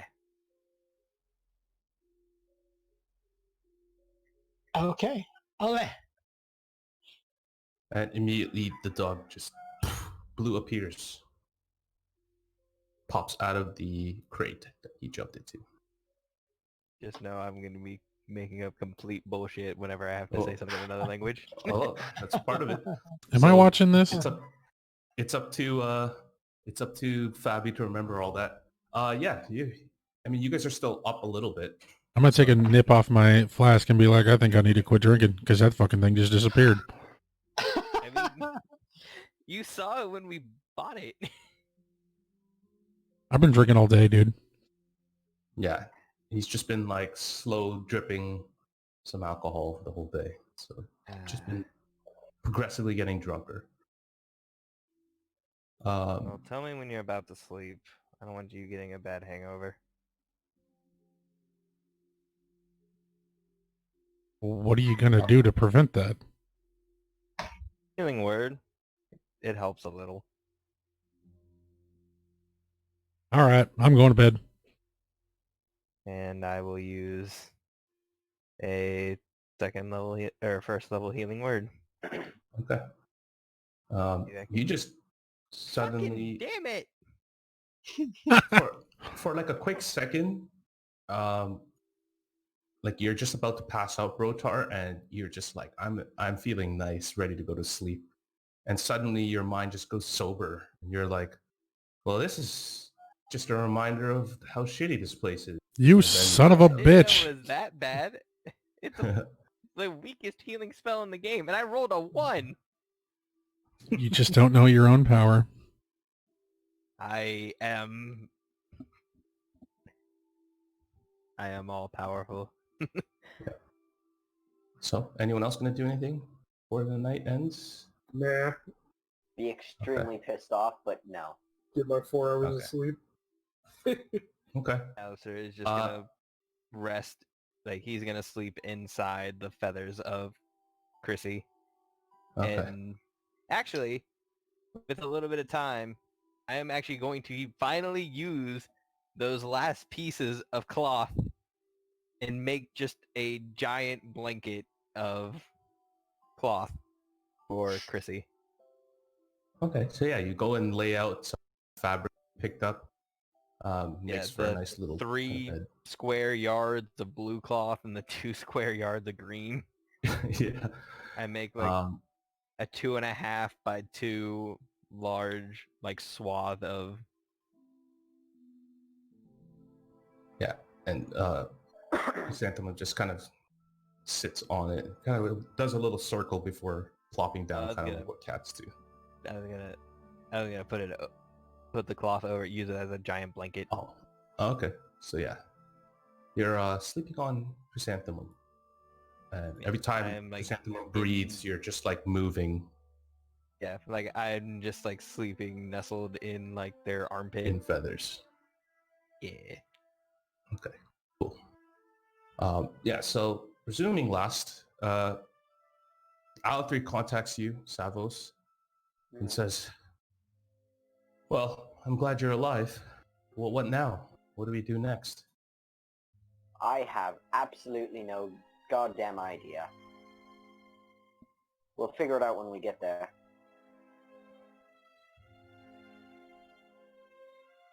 Well, I'm at least glad that we got that out of the way, but there is still the issue. You need to bring me back. I will not kill innocent people. Well, We you don't will have to kill figure- innocent people, but there's another way. I mean, that archmage is looking pretty crazy, right? So we can use him to bring you back? I don't know. You know, maybe I've been a little hard on you about this whole bringing me back thing. Oh god, a change of heart. That never means anything good. And her voice kind of changes from this kind of happy-go-lucky voice to a little more refined. And she says, well, I believe you're going to do great things. And if along the way, perhaps you could find a way for us to meet. But I will help you. And perhaps this Raven Tree might know more about it, and the Archmage seems to be looking for this Raven Tree, so we can hit 2 birds with...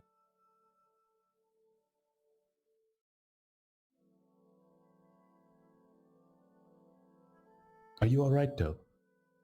I'm perfect. And then her voice goes back to this kind of unrefined tone, and she says, well, we're gonna get that fucker back. That tiefling for stealing your stuff, right? Hell yeah, we are. Oh, this bitch. All right. Well, let me think of something, and if you got anything good, just, well, we'll talk.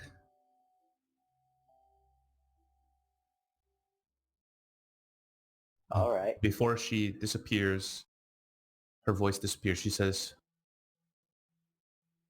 by the way, Asgar, Yes. stay strong. Okay?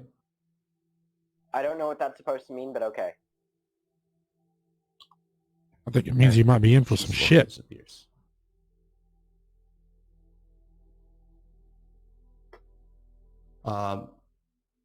Zundis, can you make a perception check for me? Sure. So since you're the one that's kind of staying up, you're not going to sleep. Or at least you're asleep late. 14. Okay. You're concentrated on your task for the most part, but at some point you do hear footsteps above the church.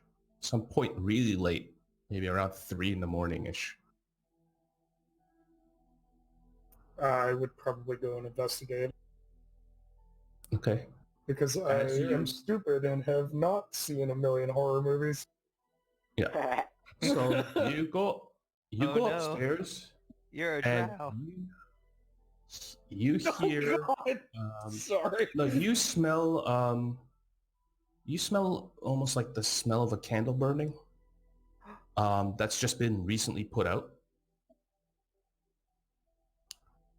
Damn. Where's that And bed? you're kind of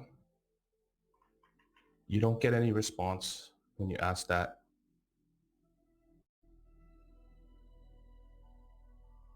I heard your footsteps.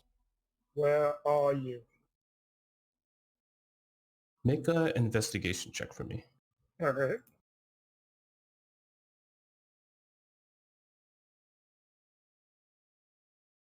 Yeah, that's the 17? Nobody responds to your query, but over at the altar you do see Codlack's staff leaning against it, as well as a folded piece of paper near the box where you left your sword hilt. I'll go and examine the piece of paper. Okay. It's addressed to my son. Oh, well, this can only mean great things. I'll try to read it unless it's sealed. It's sealed. Hmm. It's got a little wax seal on it. Yeah. You said it's like 3 in the morning, right? Yeah, it's very late. Everybody's How soon would I need to go to sleep in order to be able to get a full night's? If I I'll only say sleep that like 4 hours. yeah, like I mean, you've consumed studying, and this was just happening at some point. Like you caught wind of it. So yeah, you need to sleep in the next 30 minutes to an hour, I'd say. I'll hang on to the envelope with the intention of giving it to Savos in the morning. Okay. But I will look and see if there was any, like, just keep looking around the attic. Yeah, so you spend the next 10, 15 minutes or so just kind of looking around. There doesn't seem to be inside of this place. Just you guys.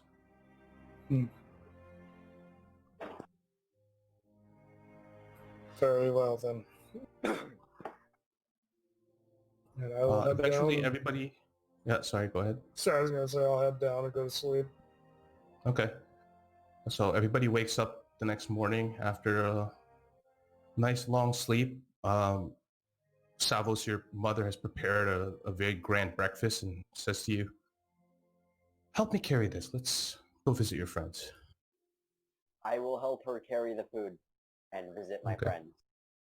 Make a strength check at disadvantage. No, I'm just joking. Oh my god. Wow. That's too So funny. you don't drop the food. You are on. All right. I have a feeling I I'm know just what's kidding. going to happen if he fails, I'm though. kidding. 4. Okay. You pick up what looks like the most delicious of all the food, and you begin to walk outside. And as you take your first step, it is slightly frosted in the early morning, and you just slip and fall. You don't take any damage, but you do drop. And your mother's like, I spent all morning making that. I'm gonna What? like claw at the food, like sobbing, like like somebody I love just died. And she goes, I knew your feet wouldn't be accustomed to this place again, so I made another. And she goes into the oven and pulls out another one of these giant large meat pies. I'm glad You you didn't guys do what I was thinking you were gonna do. yeah. What, claw at the food and start eating it? Well, no, I thought he was gonna give it to me. Oh. Yes. Oh, I here might. is some I delicious. just might. Don't You mind think of the it? griffin droppings that's on Yeah, it. don't mind the griffin shit. Just eat. Don't worry about it, man.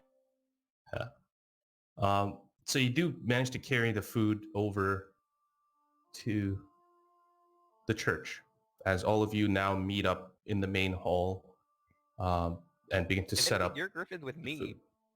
since you didn't go back to the thing. Yeah, it's true. It was just kind of left at Castle Sol, Yeah, I guess. you were left. So it's either at the castle or with me. Yeah. So Zundus is Yeah. waiting up because after he woke up or whatever, he's basically just been spending the entire time waiting. Okay. As soon as Savos gets there, he just unceremoniously says, "You follow me." I'm going to follow him. Without question. Okay. I'd take him up to where the staff was the night before, and then give him the letter.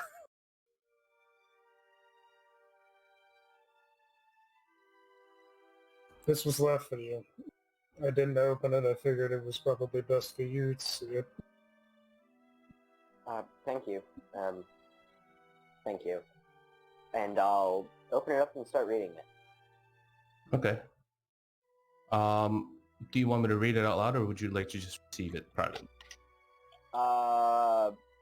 That's up to you, how big of a impact this makes in the story. Okay.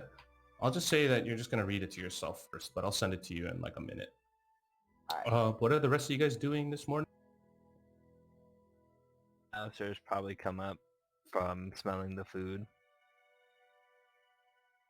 Okay. and is wanting to get some grub before we Yeah, head Brotar will out do the same to thing. the north. Okay. Anything else anyone's going to do?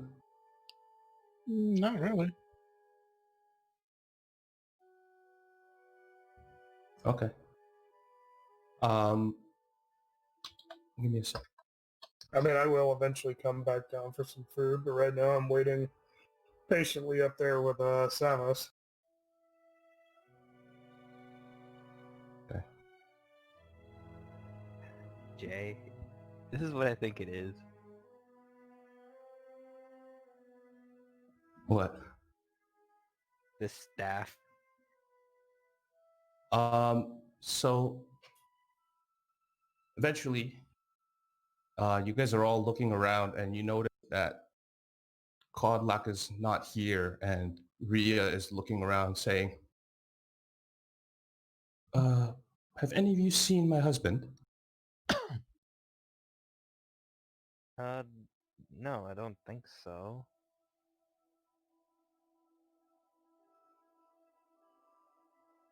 I thought he would have been here. Usually comes to the church early. I don't think I've seen him since I had that little conversation with him yesterday, right when we left. Well, he did come home last night.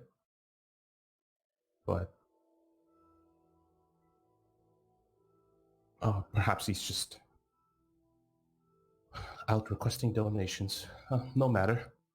Would you like to talk to him? Eat, everyone. It's all right. He'll be home at some point. Please, everybody, just eat. Replenish your energy. I believe you have a big day today. You'll be heading out with the hundreds, and wouldn't want to see you go out there hungry.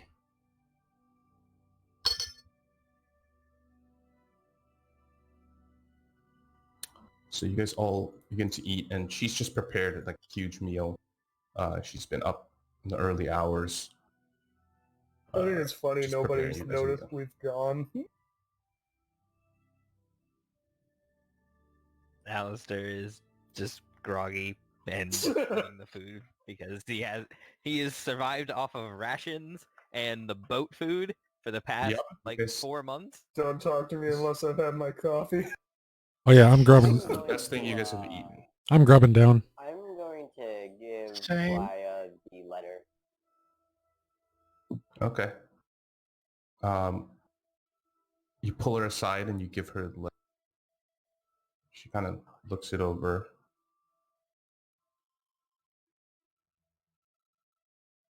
And she quietly folds it.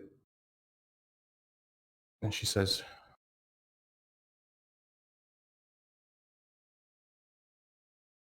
I need a moment. And she walks off away from all of you, heads downstairs, and you hear the door close immediately. What was that about? Don't worry about it. When you say that, I start worrying about it. Someone was here last And- night.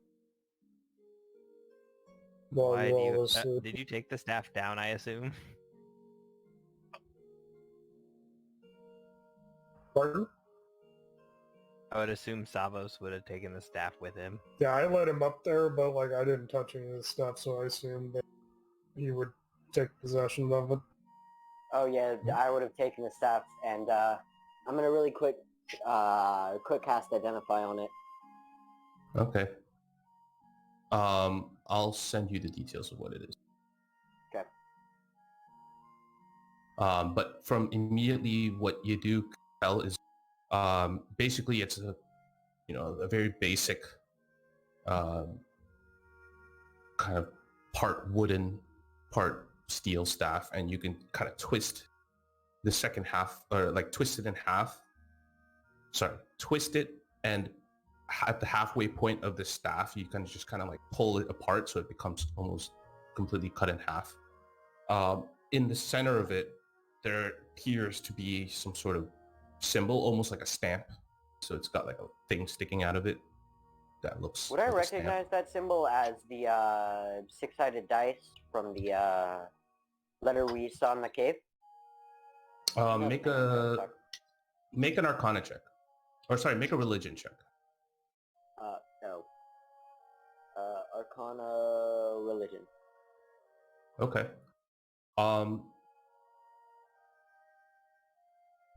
The language is primordial. And it belongs to. It is a one letter that is written with ornation around it that kind of reminds you of Mystra, the goddess of magic. Fabulous. Would I technically be able to read it? Depends. Savos, do you show anybody that you did staff back together? Yeah, I guess I'll show the group. See what they can get out of it. Okay, so If I he ever shows seen you this anything like this. staff. I'll say two of you who are proficient can make either Arcana checks or religion checks. I'm not good at Religion. it either. Oh, yeah. Same. Big same. I got +1. I'll make an Arcana check, I guess. Brotar's going to put on the Nope. glasses and look at it and then just hand it off without saying anything. Okay. Would I be able to at least read the rune in Primordial? Would I be able to do that? If you Yeah. speak it, Well, it's part of the list that people in the menagerie would know. Because I actually, anything except Ignin is spoken. Like, so I'll say Auran, Terran, make, Aquan, and Primordial. if you want, make an intelligence check with disadvantage, because Fair it's enough. it's just like you. It's so specific a word you might Yeah. not necessarily And know. it's a what it single is. letter. That's why. Eh. It looks similar to the word path. That's the most you can gather out of it. And yeah, so my Primordial is shoddy at best. but I think that means something like path.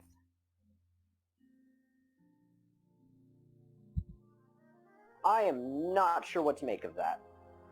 Any of you got anything? Well, your father mentioned that he would give this to you when the time was right. Yeah, but when the time is right for what? I don't know. He said it was some kind of key, I think? Or something like that. Like you could open a gate. Or open a seal.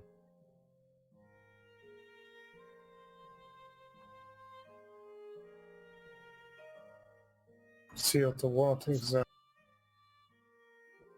I don't know. You That's the talked to him question. more than we did. Well, I can't tell you very much about it. But what happened to your father? How should I know? He's left. I mean, you were Oh, there all God. night. Thing? What time did he leave? Oh God, did he?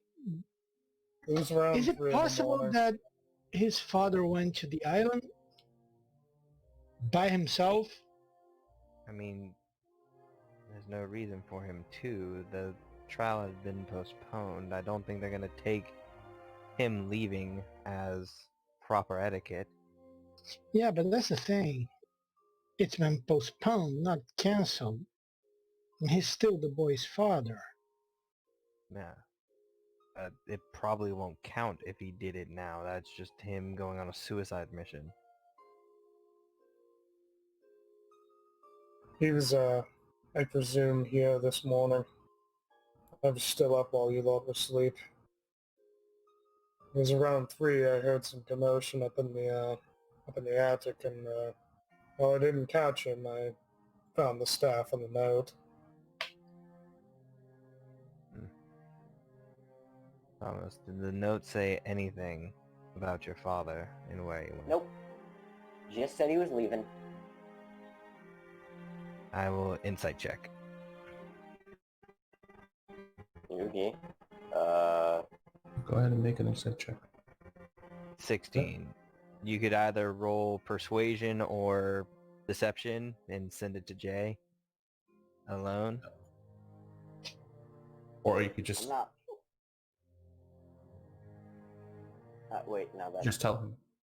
It's up to you. Yeah, I ain't lying, so...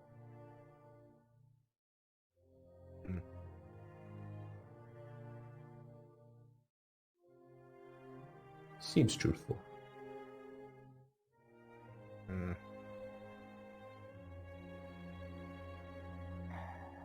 Would your mother know anything? Would you want to contact them? Probably our best bet. Alistair will toss the pendant again. Alright, I am going to contact him and tell him, where the hell did you go, old man? You wait for a few moments and there's no response.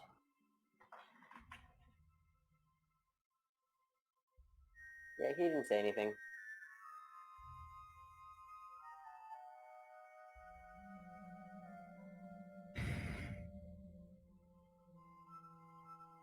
Alistair will just take the pendant. He will just say he will use it and send it to Kodlak and just say, I hope you know what you're doing. And that's it. Okay. You don't get a response back. Fucking dick. So Like father, in the like middle son. of your breakfast. Sorry, what were you saying? I just said like father, like son. Yep. Keeping it close to the chest. Some point you guys are having your breakfast. You hear some footsteps outside until eventually the door bursts open. And you see Huntress Uratana come in. She says, so this is where you guys have been staying, huh? This is not a bad place. It's a little too religious-y for me, but whatever. Oh, Whatever twists your nipples, Ryan. Something I can do Yeah. for you. too. Uh, and she says to all of you, well, you're in luck, boy. Looks like your name's been cleared, so now it's time for us to head off and see what happened to Command Post Corinth.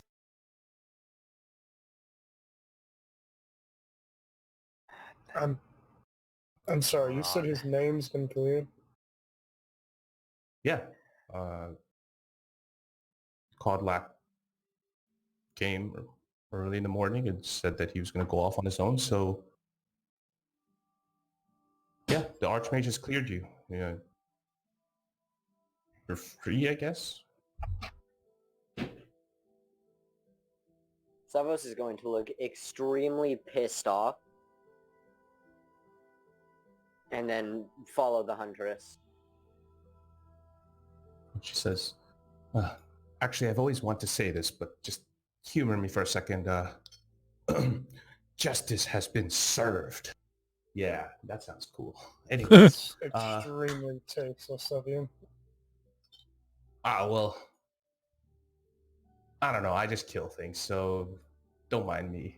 Fair Sorry. enough. Your Let's sense just of get this humor over leaves with so we much can to right be something that desired. was wronged.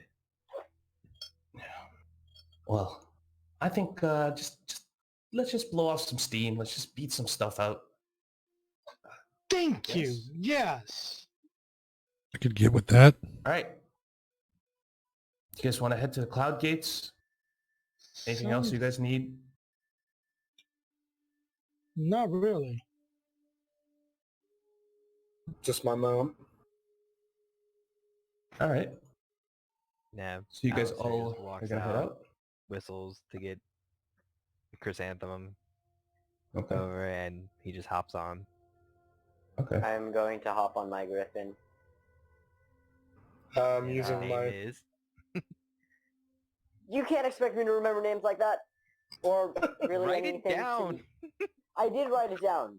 I wrote it down on my arm. And then it got rubbed off. His name I'm is gonna- Lucia. I'm gonna go. Who has the non-flying mount? Me. That would be... Yeah, Zundus. Oh fuck. I'm using my telepathic link to call Spirit over. Okay. So suddenly, as you guys are making your way to the Cloud Gates, you just bamf in a large lizard that just appears. Oh, good morning, Spirit. You ready for a run? What is with these fucking animals just appearing out of nowhere? Kind of flickers its tongue and just kind of goes. Seems ready. I think that one's an actual spirit. Shit's weird, man. Magic's weird. I agree. Mount up. Okay. The huntress also summons her mount, who just comes flying from above and lands. All right, guys. Well, gotta be careful here. It's not easy out there. You guys all good to go? Mm-hmm. Yeah, Sure. good as we'll ever be.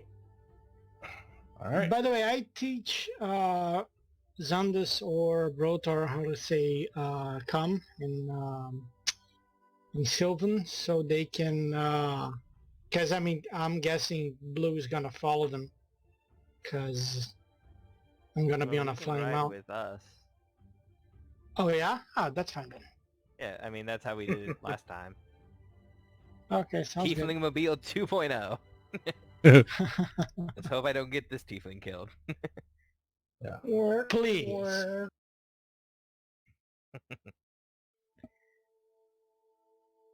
So you guys are gonna make your way out to the Outlands, Northern Leon. Yeah. Okay. Oh, hang on, Berto. It's about to get bumpy. Oh boy. At least we're not flying. Yeah, I hope so. If this thing takes off, I'm fucking, I don't know. If this thing takes off, I'm cutting Slow. off. If this thing takes off, I'm cutting off one of your friend's hands. Okay, I only if I don't do it first. You can hold him down. You could try if you might. And I just fly up like 50 feet. You have to sleep sometime, Tiefling. Never! I will make a pact with the devil before I sleep.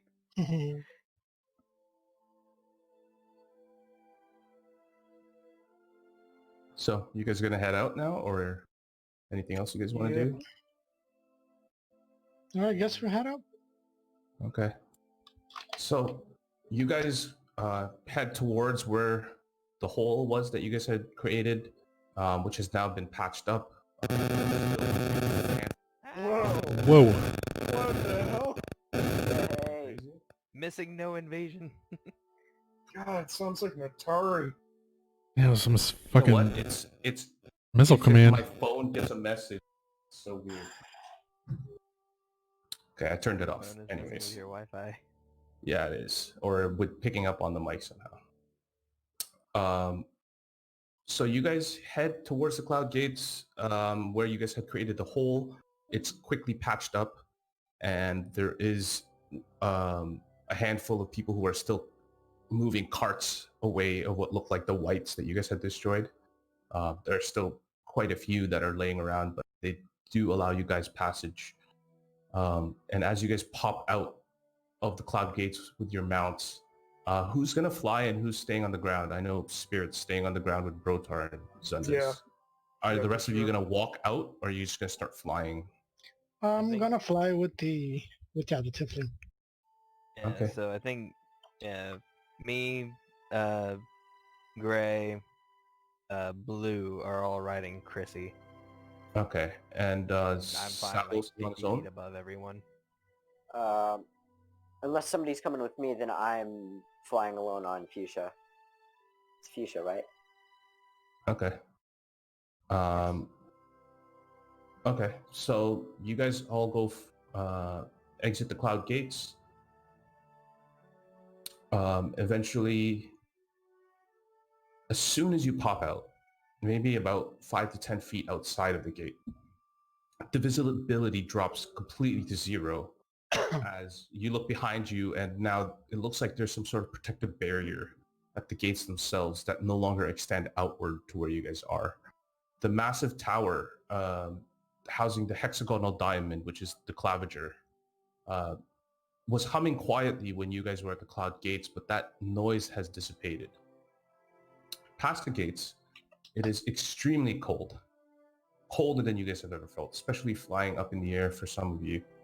And traversing the harsh winds on ground, the snowdrift is very unpleasant for Spirit, as well as Brotar and Zundis.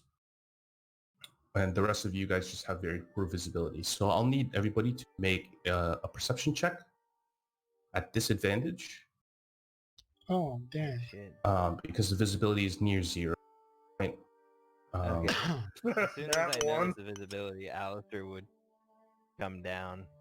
Yeah, 17. so it's basically like a snowstorm outside. And now you know why the city is so protective, and yeah, it still sucks, but you guys get the sense that there is a reason why Norton Leone is harsh land. So that is I had a 2. 17 perception, 4 for Zundis. That's a fail. Okay. I had a 19 and a 2, but I don't know why it didn't come over. Okay. So you guys, some of you who are riding in tandem, bickering, but Savos, you're continuing forth strong. You do can still see the Huntress moving forward, so you just follow behind her closely. As the rest of you guys are having a little bit of trouble.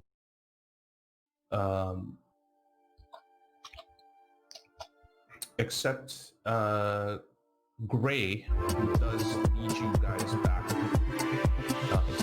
the right direction. However, those of you on the ground, you just see everybody disappear around you. and you don't even know if you're going the right way anymore, as the city behind slowly disappears. Let's just ban tucking Bloody fasting. hell. Why would anybody live here? That is a question. I ask myself that every day. Even though, yeah, none of us could see. It's literally just you and Brotar by yourselves. Yeah, you guys are Alright. kind of by yourselves. Alright, Spirit. One step at a time. We've done this before. We're both blind as a bat. Would we notice that? Yeah, like once Alistair noticed the blizzard, he probably came down to like maybe 10 feet, but still flying. Would he notice Yeah, that you guys are. they're not with us anymore? I'll say make. If you want, make a perception check at disadvantage. See if you can pinpoint them. The first one was just a general. Nope. Am I going? The others, you definitely don't know. That's okay. Fuck. What can I do? Yeah, so you don't see anything at Gonna all. hurt.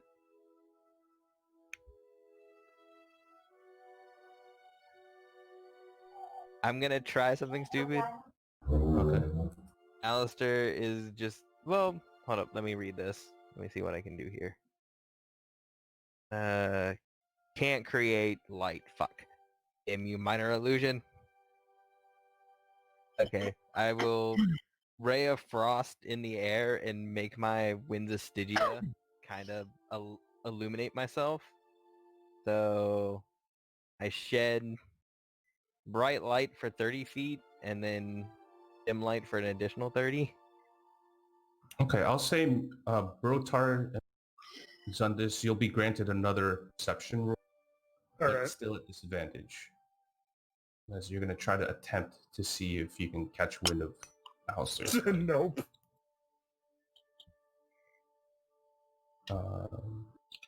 Come on, Brota. You're best at perception. 17? Okay. Yeah, so you catch a glimpse of Alistair's winds of Stygia just glowing off in the distance, and you point it to Zundis that that's the path you have to follow. As you guys are now Excellent. moving very slowly. As soon as he does that, am I able to see the winds of Stygia? Yeah, you could kind of gather now as you guys are getting closer and starting to move. I would like to attempt to cast dancing lights on him. Okay. On Alistair? Yeah, to Well, sort of dancing like light give me a probably just stay. What's the range? 120? 60 feet. Oh, okay. Yeah, so what are you going to cast it on? Like him? Specifically, an Well, it's item. just motes of light. It doesn't Okay, stick that just to something, floats you? not like light. oh, Okay, it doesn't yeah. float? No, so like, I there think you are have to modes. move it yourself, so you can keep it on me if you can see me, but But Yeah. he has to stay close. I think if the distance between him and the lights are greater than 60 feet, Yeah. it just disappears. yeah, so So I'll as soon say as for this Alistair would, case- like, Alistair is probably going to try to keep up with the light. Okay. And Yeah, at this point, you guys, everybody is, because in the beginning, you guys kind of tried to zoom out, but then realized you quickly lost each other, and then you kind of moved back into formation. which, with dancing lights, you could probably, if we're all within a range, you could keep a ball on Yeah. each of us. Yeah, Yeah, that's what I'm keep trying to do, everyone is illuminated. basically use as like a tracker, almost. Okay. Yeah, so everybody's got a moat that just slowly follows them and helps. It definitely helps in this harsh weather. Even if I think as you we guys- introduce dim light. As you guys, yeah, it should still be enough. So sudden gusts of wind start chilling everybody deep in their bones. There's a few inches of Yeah, snow that did has not help. blanketed the outlands. You see a mostly flattened landscape from what you can tell, even with the low visibility. It seems to disappear into heavy snowfall, thick mist. From time to time, you guys are caught off guard by what looks like a wild threat looming nearby. But as you guys approach closer to it, you realize a gnarled tree of some sort in an almost threatening position that looks almost like it's going to attack you guys. Every 4 hours or so, you guys start feeling extremely cold as it's going to be about 3 days of travel to get to Command Post Corn. I'm going to need everybody to do a con save Oh boy. at this point as the wind is just chilling everybody now. Even with the clothes that we... I'll say with the clothes, do it at advantage. So everybody can do it at Sweet. advantage. So 20, and then I should have just 16. stuck on my first one. 20, not natural. 20. Okay. 17. Okay. Great. So nobody rolled below a 10, right? Nope. Okay. So you guys feel the chill, but the warm clothing that you guys have purchased is keeping you guys comfortable at this point, despite the fact that it's kind of crazy outside. You guys travel for the first day with no issue. Eventually, the huntress guides you guys out into a somewhat safer cove that she's found. And you guys take your first night's rest there. Anything else? Anything you guys want to do during this out? Do it. No, I spend some more time with the with Blue, and I drink some of my booze, and that's it. I'll probably try to get some more practice in with that kid. Okay. Roll con save at disadvantage. At con advantage. save? Advantage. Oh, at advantage. Oh. Advantage, yeah. I'll say that it takes you a little while to just warm up on this because it's just cold. You're trying to do something dexterous with your fingers. That's right. That's still a success, so that's okay. But I'll say make an intelligence check. Yeah, make an intelligence check. All right. Ooh. Not 20? Okay. Or technically 19 since 19? -1, but Okay. not 20.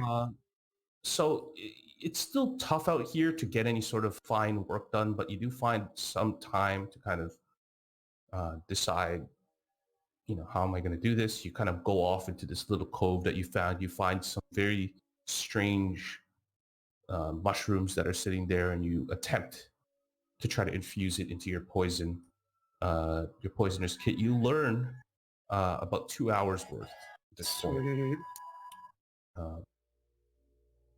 2 hours worth to try to get proficient with this kit. Anything else before you guys take a long rest? No, not really. Okay. So you guys wake up the next day and you continue forth on the outlands of Norton Lea. You guys move forward and the rugged flats that you guys had seen eventually transform as trees become more dense. You guys are being led now into what looks like a forest. Tall pine trees shelter you a little bit from the heavy snow. Visibility kind of returns inside of this forest. And you find yourselves in a really untouched, pristine area. There's some signs of life around you. However, the occasional piles of pine needles and acorns suggest that they might just be small woodland creatures still out trying to survive out in the harsh climate. So there are still life, but not very much from what you can gather. And only when you see these signs does it suddenly feel less barren out in the outlands. You see an owl that lets out a turns its head before flying off. And a deep gusting sound can be heard in the distance. Little critters and small animals move. As you guys are kind of getting your footing on the second day inside of this fairly sheltered forest, you hear off in the distance a flapping, a very deep guttural flapping. Rutana turns over to everyone. Quick, hide the mounts. And she begins to kind of toss a little bit of snow on top of her mount. What's everyone going to do at this point? I tell Follow Blue to hide, yeah. And I will tell Chrysanthemum to dive into the snow. Okay. I'll Um, say everybody roll stealth checks for me, please. All right. I'm Yeah. basically telling Did we roll it for the mounts? I'll say one of you can just roll it for all three, just to Wow. make it easier. Just roll d20. Oh You don't dear. have- That's 10. 16, and here's the mount roll. Huh. 5. okay. Well, whatever it is, it's definitely seen us. So you guys suddenly look above you, trying to stay quiet, and you see a scaled creature that flies above. Its wings causes a deep shadow to form around you. It just dive bombs and lands probably a few 100 feet from you in what looks like a clearing in the forest. I have You a can't- weird vision of deja vu. Yeah. You can't be certain if it heard you or not, but it begins to chomp loudly. You hear the sounds, chomping, crunching. It lets off a massive roar before eventually flying off. And eventually, as it flies off, you guys kind of stick your heads out and a few pieces of gore fly towards you guys. Just leaves a bloody mess on all of this snow around you. What the hell was that about? Uratana looks at you and says, well, Paraxis is on the hunt. If Sorry, he's this far south, then Paraxis? yeah, you heard her mention Paraxis, the dragon that killed the water barons in Theros, the Tabaxi. All right, yeah. Yeah. His tribe was decimated by Paraxis, a white dragon. Oh, wonderful. So that was that Paraxis. We just She met says- an ancient white dragon. No big deal. Holy says- fuck. Well, that was a close call. I'm surprised he didn't see us, but perhaps it was distracted by the food. Sure. All right. As you Seems say like- you could take it, you look down and you notice that the gored bits were polar bear. So there are just chunks of polar bear that have flown towards you. Still think we could take it. You might be eager to die. Do you know I'm what a not. dragon is? It's just a big lizard. With the ability to breathe energy right out of its face in massive blasts. Well, I can change my appearance at will. We all have our abilities. We could totally take it. So I don't How think old is that Sky will dragon help us roughly? much. Do you know? how old? Yeah, like he's asking the huntress. And she goes, oh, I don't know much about dragons, but I know that thing is old. Okay, so yeah, no, we stand no chance if that thing fights us. I might be able to save us like I did with the Hydra, but that's about it. Maybe. Best case. We escape, but we're not killing that thing. And that's assuming that it's the youngest version of roughly what I think it is. If it's older than I think, then we're probably fucked. You worry too much. Probably. You know, it rolled a natural 1 on its fucking Oh perception. my Oh God. boy.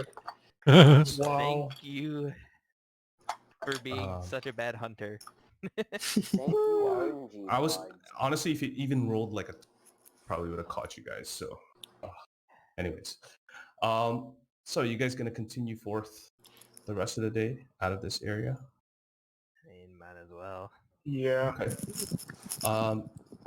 So after escaping the potential clutches of Paraxis, you guys continue forth. And up ahead, you see what looks like some sort of bowl of some sort, like a kind of, not a bowl, like a, like you guys are on an elevated platform, kind of look down into an area. It looks like there's a frozen river that runs parallel to where you guys are standing.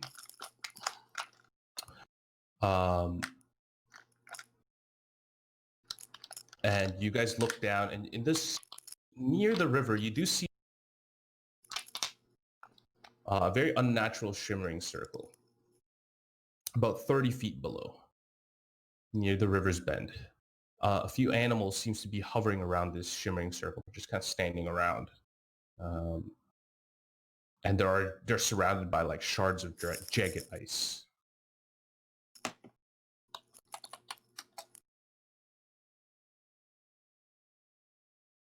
What do you guys want to do?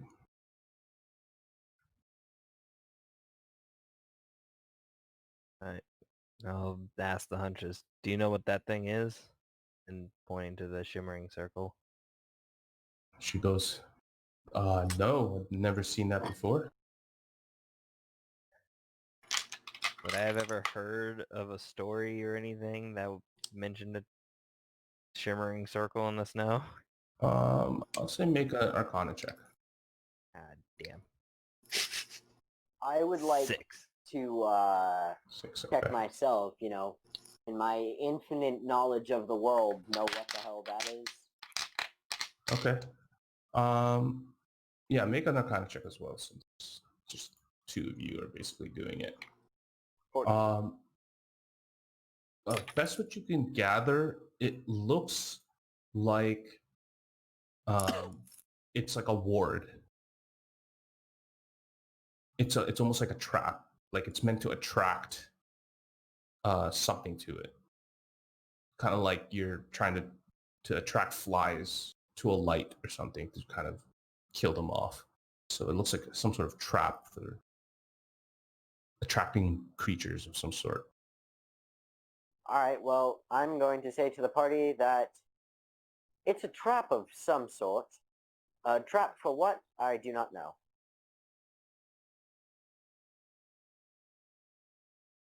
Oh, Do you have your cat back, Samus? I could do the ritual, but not yet. Oh, fuck. Probably take too long. Let's just avoid it.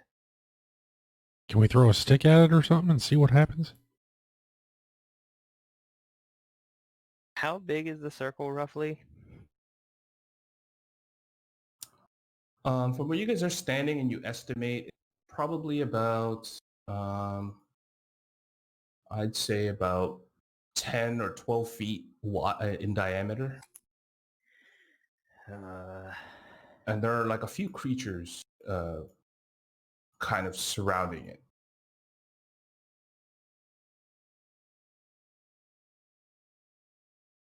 Can I try to grab one of these creatures and throw it at the circle? Please don't. Brotar really wants to What are know you what's gonna going to happen. What are you gonna do? Try to throw... I said, can I grab one of these little creatures and try to throw it at the circle? Oh no, the creatures are around the circle, but you guys are on like an elevated platform, Oh. 30 feet up. Gotcha. Okay. You guys are about at the edge of this thing. It'd be about 50 feet, so you can try to throw something. There's a do I stick recognize what or... these creatures are? I'll...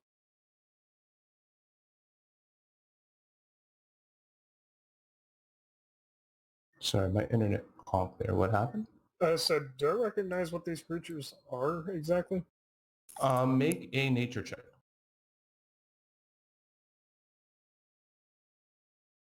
15? They look like saber-toothed tigers, just kind of hovering around. There are about 3 of them, So, just kind of hanging around the circle. those not saber-toothed tigers. Or at least they look like them. Oh, well, we kind of Tigers. need to get their pelts.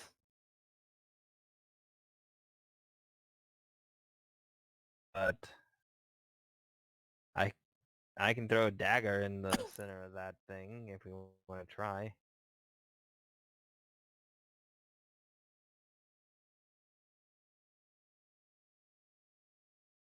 It's up to you guys. What do you want to do?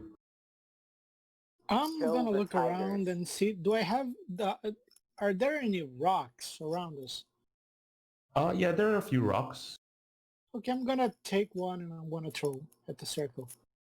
Okay. Make a dex check for me, please. Okay. Don't know if you can throw that far. I forget. So you toss it, and being a little bit on the high ground, you don't quite make it there, but it lands on the ice river that's formed below, and it just skids to the edge of the river. The three saber-toothed tigers just turn and immediately begin snarling. Oh, We have shut their up, attention. dumb cats. Yeah, but they're looking around. They don't seem to sense you guys still. Okay, that didn't work. Well, it would probably be best. Ah, do I want to waste a spell? I can throw a don't have that. javelin that I have. Oh, that's a good I was idea. gonna try to stupefy them like I did the giants, and then we could take them on.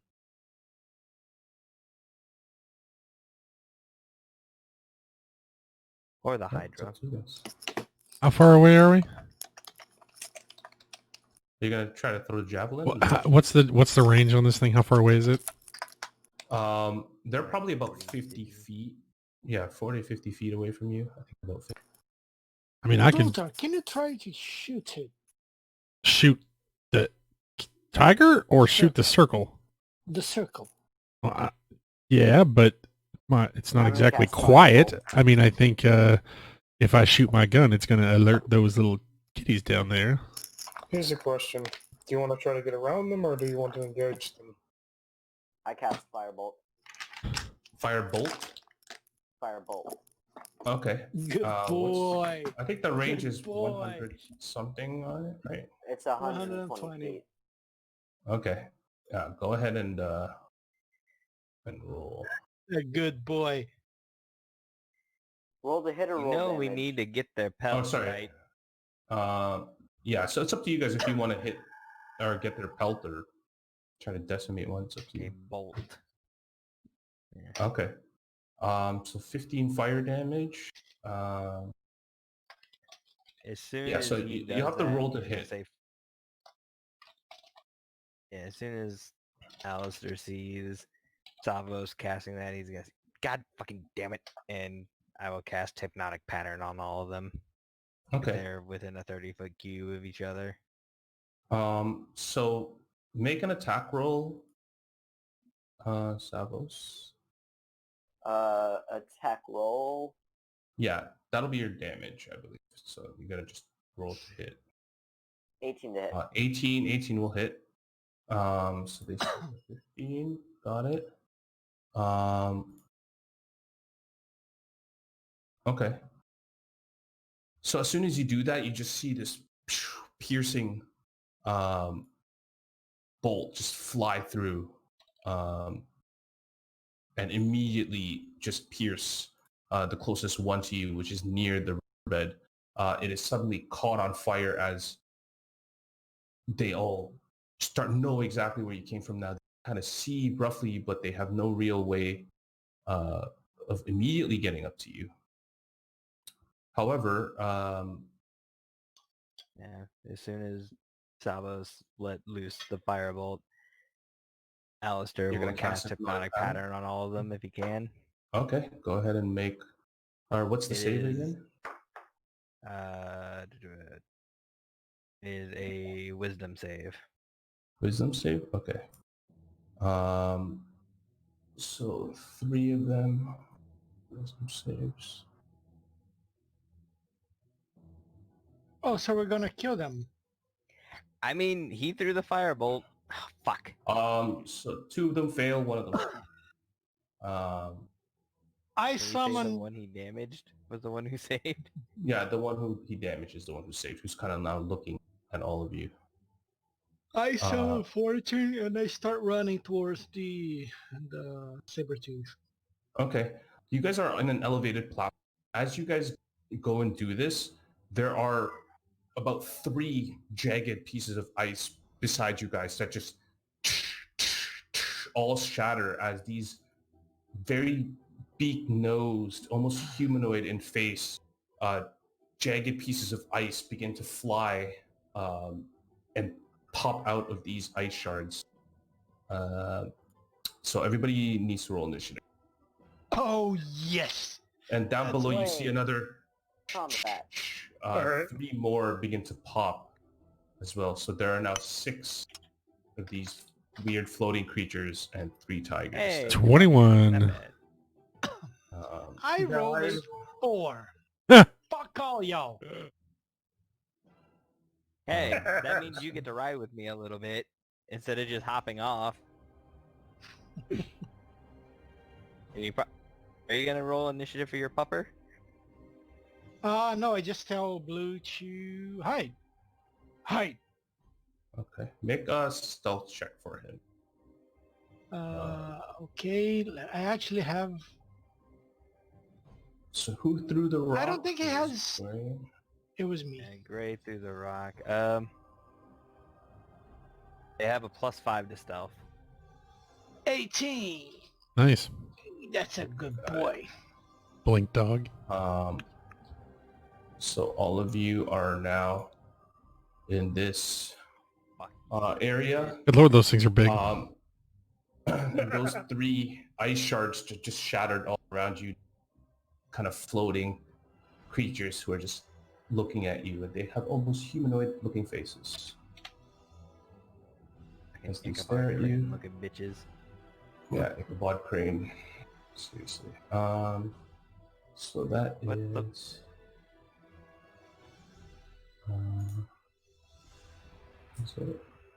So, let's do IT.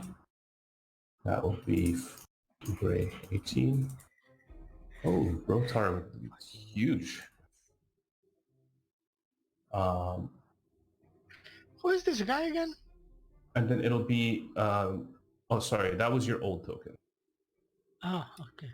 That was the one so it's still you, technically, but 1, 2, 3, 4. Who am I missing here? Rotar. No, we're all on there. I No, see. you're there. I see 6. Okay. Yeah, got it. Well, you're technically Well, missing 5. Fuchsia and Chrysanthemum and Spirit. It'll be Savos, then Who's this? that's Urta. Oh, gotcha. Right. So, so it'll be Savos, then Zundis.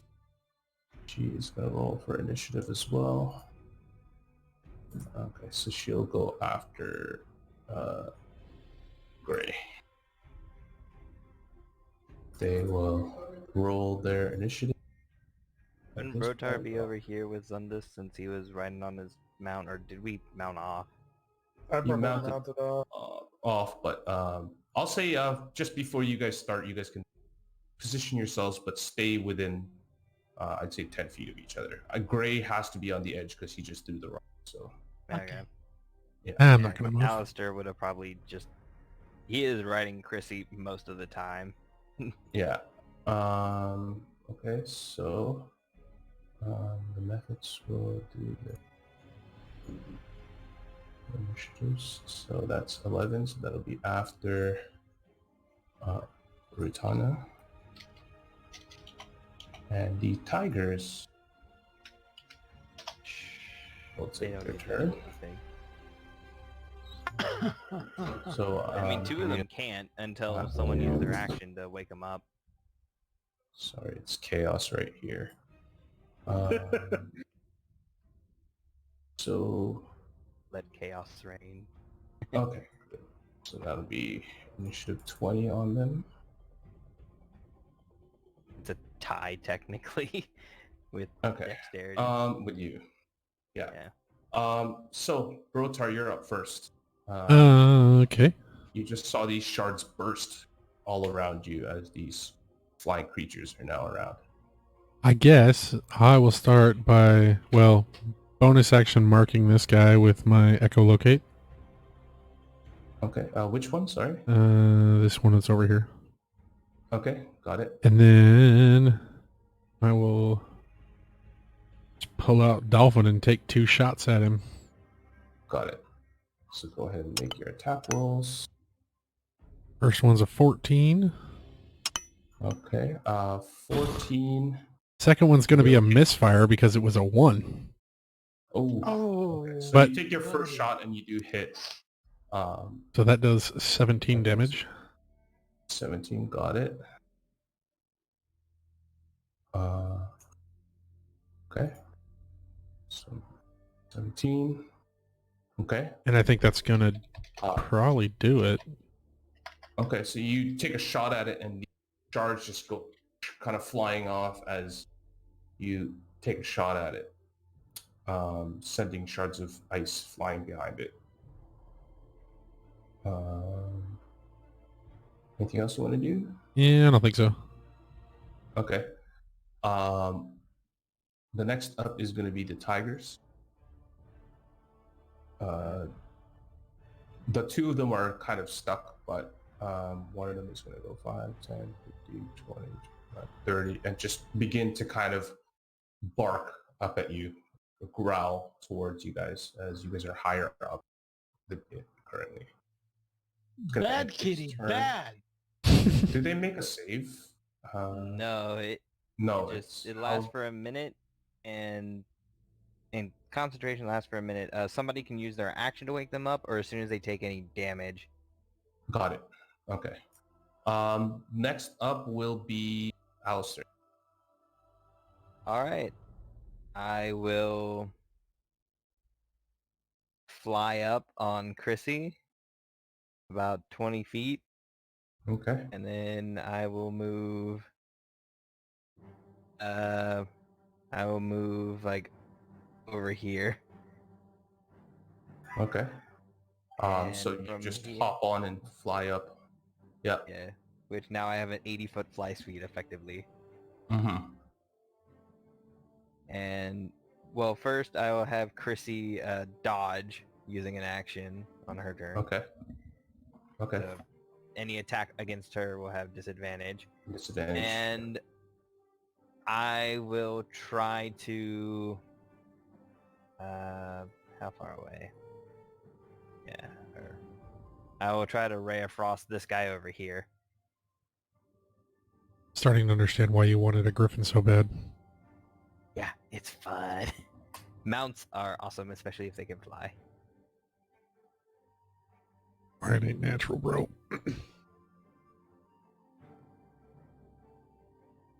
So I try to hit this little imp over here. Does a 13 hit? Did we lose Jay? FYI, you're muted. Yeah. Yep, sorry, just too many windows. Okay. So you take a ray of frost, floating method, and you take a shot. You send this beam. It does manage to hit it. However, it seems to not have any effect. I was afraid of that. Fuck. It is immune to cold. There goes anything else on all your of my turn? good damage. Yep. Anything else on your turn that you want to do? So you're currently floating, Yeah. or you're for 30 feet in the air, but on your mount. Yeah. I will bonus action inspire Gray. Okay. Thank you. So is it Got a it. D8? Yeah, D8 for any ability check, attack roll, or saving throw within the next 10 minutes. Thank you. It is your turn after Alistair Gray. Oh, okay. No, I'm after Savos and Generals. I rolled an a 11. 4. Oh, Yeah, I had like a 9, so D18 was for Blue Stealth. Oh, blue Oh stealth. yeah, Got he it. rolled I a was wondering. 4 for initiative. Yeah. So gray is after Um, Zundis, right? You're at Yep. the bottom. yeah. Okay. I'm at the bottom. Got it. Yeah, so as far as you're concerned, blue is stealth. Just kind of takes Blake's over to the top of a tree and kind of hides it out there. Uratana's going to get a turn after you, Alistair. She's going to run up and immediately attack the one that you attacked. She's going to take 2 strikes. So, sorry, that was a mistake. So, 2d20. So that is going to be 18 or a 10 and an 8. So both miss, unfortunately, as she just begins to, actually, no, she hits with 1 strike. So she just immediately smashes this thing. Doing damage. So that method is looking really rough. From her hit, she's going to stay there at the end of her turn. And next up will be the methods. 5, 10, 15, 20. One of them is going to go up to you around that area and cast fog cloud in a 20-foot radius. So there is a now 20 a fog cloud here.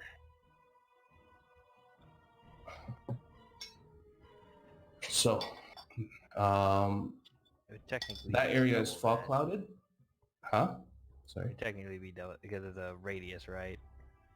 Yeah, So it'd be a 40-foot diameter. 40 foot. Sorry.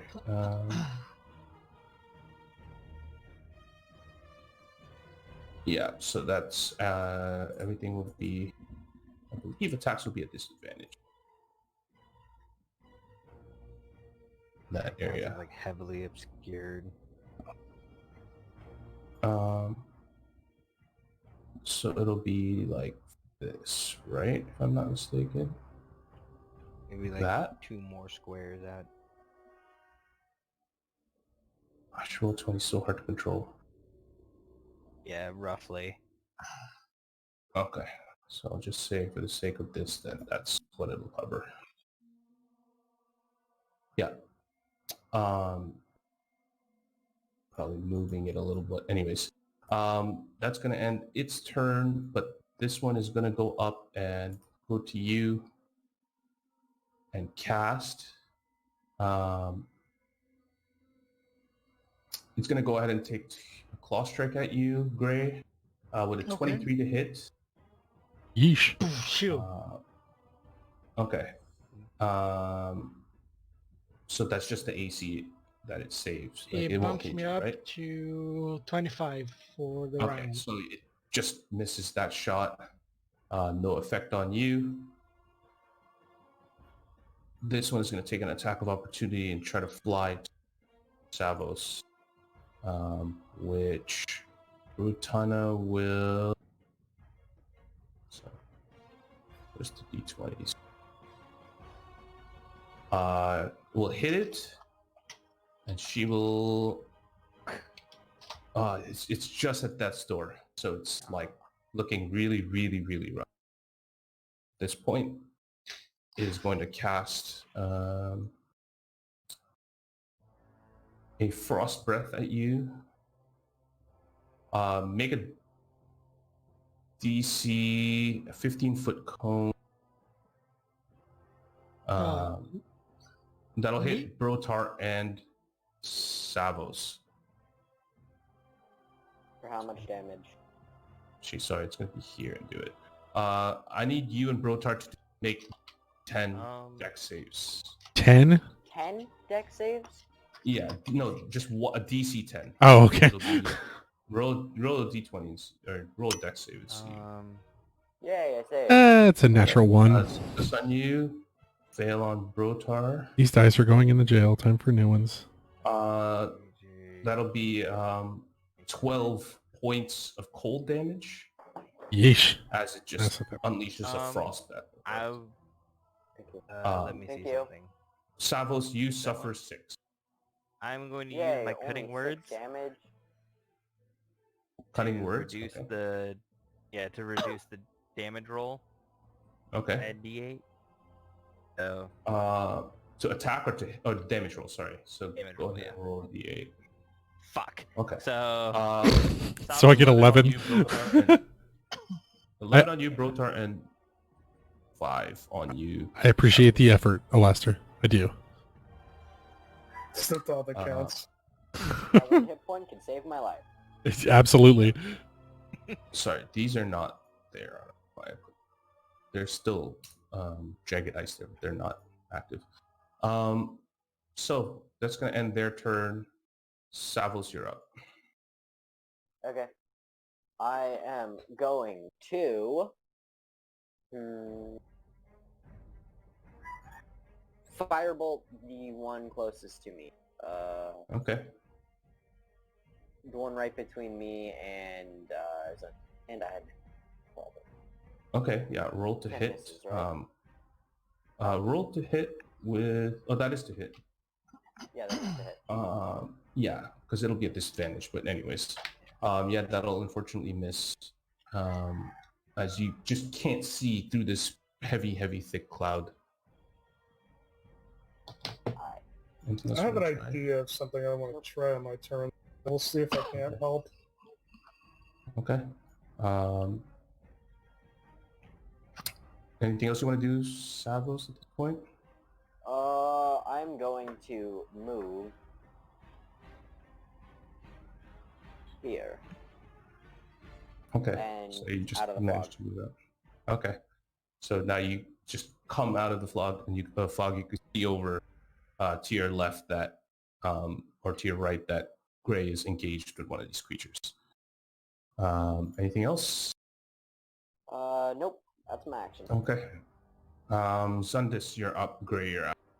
Okay, so I don't know if this is going to work, but I would like to attempt to try to cast Fairy Fire.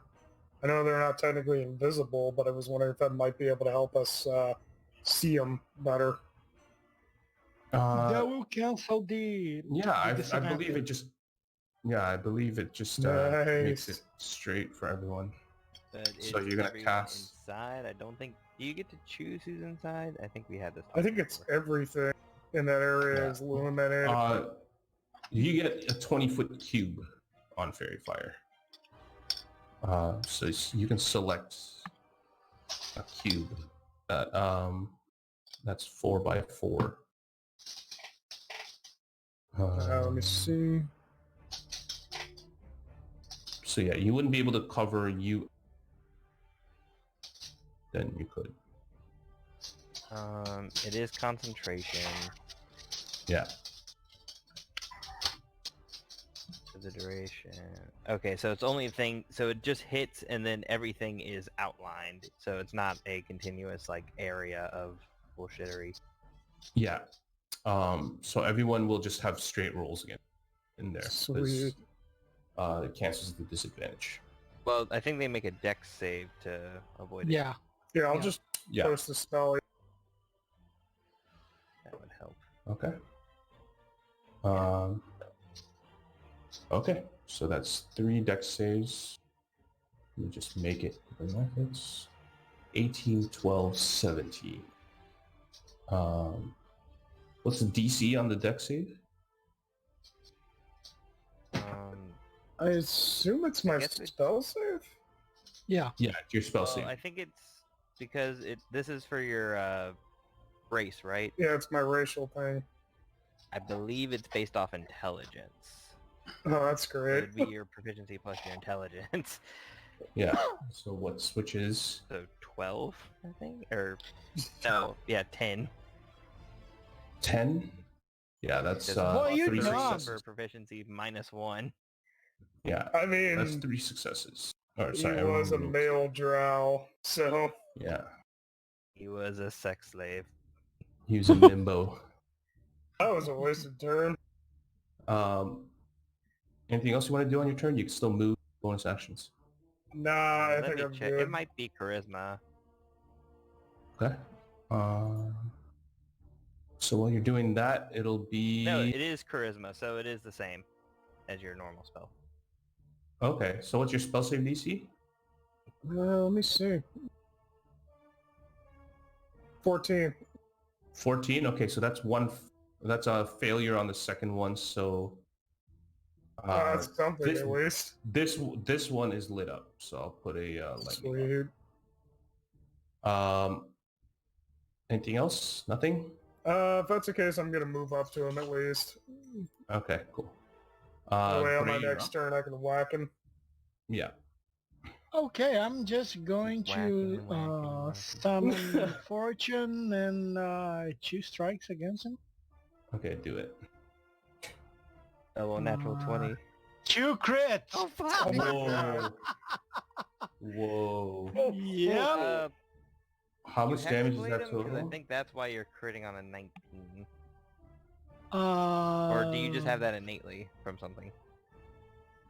No, that's No, so- that's The first I one doesn't believe- count then. I believe Fortune doesn't Fortune Is it naturally Oh, crit on a oh, 19? oh. Oh, does shit. Fortune me crit on a check. 19? I don't remember. No, I don't. The ability, like, Yeah. No, I don't see it. I don't see it. No, but I did not hexblade him, so the first crit doesn't count. So, Okay. but still, it's 11 and 21, 13. 24. So what's the total damage on it? 24. 24? Got it. Okay. Yeah, so you immediately strike it with this gold shimmering blade as you just hack out parts of its body. This jagged pieces of ice start falling. It's looking hurt, really hurt. Anything else you want to do on your turn? No, I'm gonna stay right there. Okay.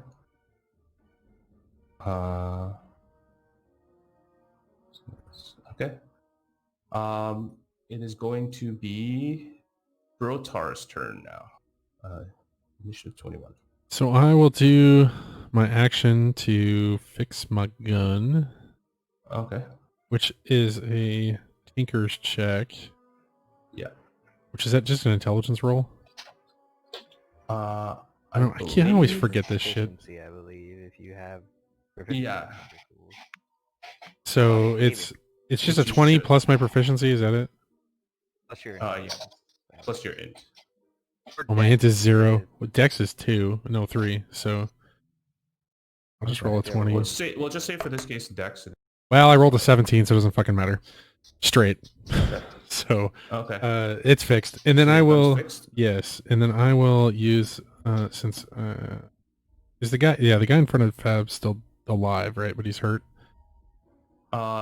It's alive, and yeah, it's hurt. This one here. I think Yeah. two are the I'm... This one is the one that is hurt. So the red one that I marked. I'm gonna This action... one is also hurt.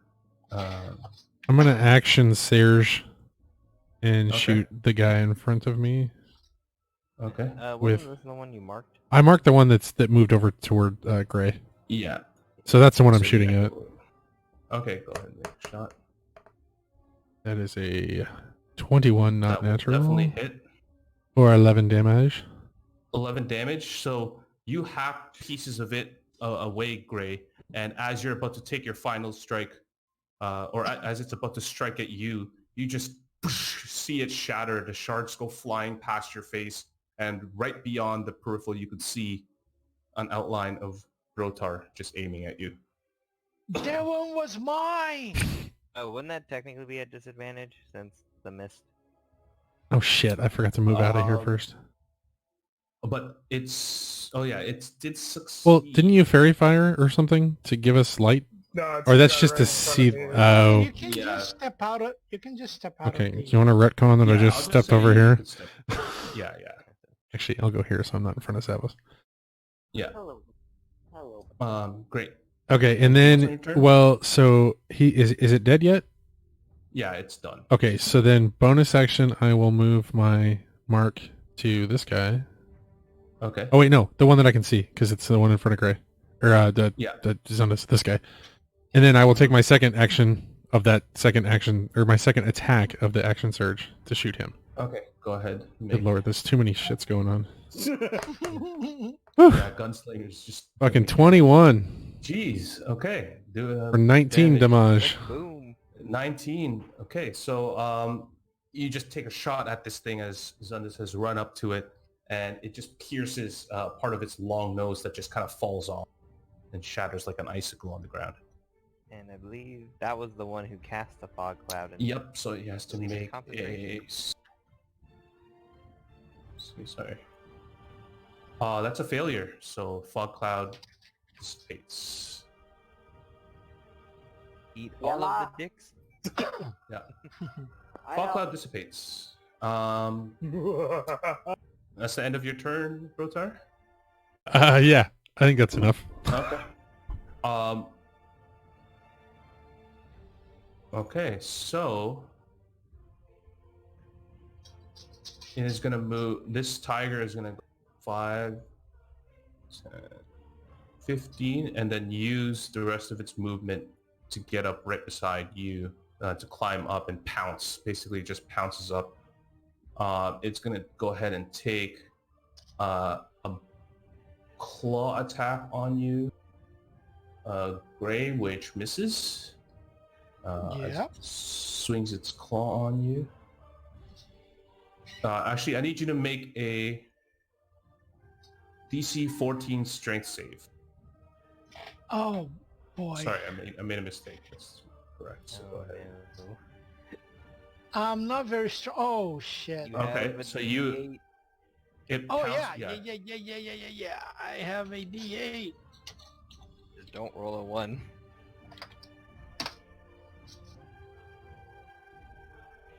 $18. 18 will save. So knocked prone as the saber-tooth tiger just hops up and lands beside you. As it's about to land on where you were, you just roll out of the way. No effect on you.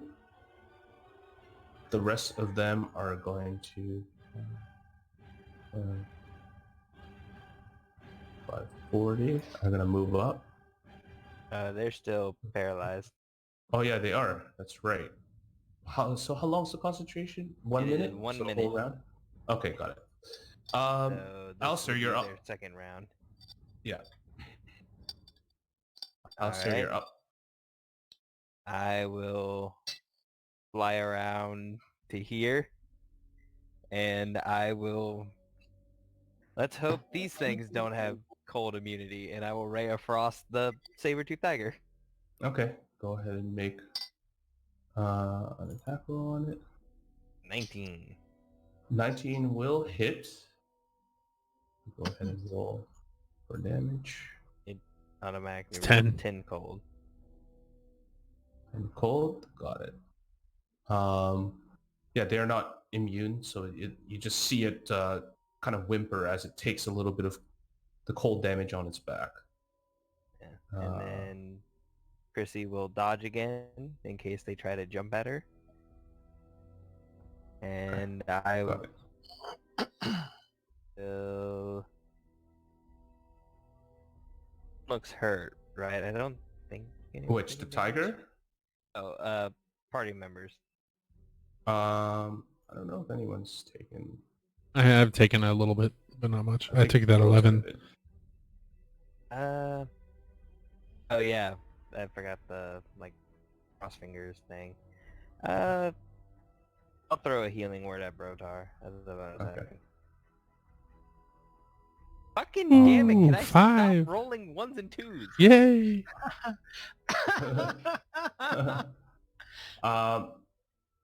By the way, I forgot to mention, Gray, I need you to make a DC 10 dex save. Okay. Nope. Come on. Why do you hate me? That's a 20. Okay. Unnatural. So this, as soon as this method dies in front of you, as Brotar shoots it, it falls on the ground and explodes in a shower of ice shards that just fly towards you. Even though you succeeded, you suffer 6 points of slashing damage as it dies and falls to the ground. Brotar's gonna yell, when they die, back the fuck up! I mean, he didn't have a choice. I know. Yeah. But now we know. I know. Gray's in such a precarious position. Yeah, he Anyways, can't really back up. So Alistair, your healing's done. Anything else you want? Nope, that is all I got. Okay. Uratan is gonna leap down. She's gonna be... Ooh, okay. She leaps down and falls prone on the ground. Breaks both her legs. How far is this cliff? It's like a 25, 30 foot drop. Good lord. Couldn't she have taken 3d6 for the fall? Yep, she will. She falls prone. Lester, whose side are you on? So there's 8 damage. Ow. That's pretty good for 3d6. 50 Very- feet in the air right now. Very graceful Yeah. woman. Well, we didn't see it. I might see it Oh, I from my know. point of view. I know. I'm saying that out of this- character. Like she's super graceful. Like a swan dive into an empty swimming pool. Yeah. She is... Or sorry, the Mephit is going to...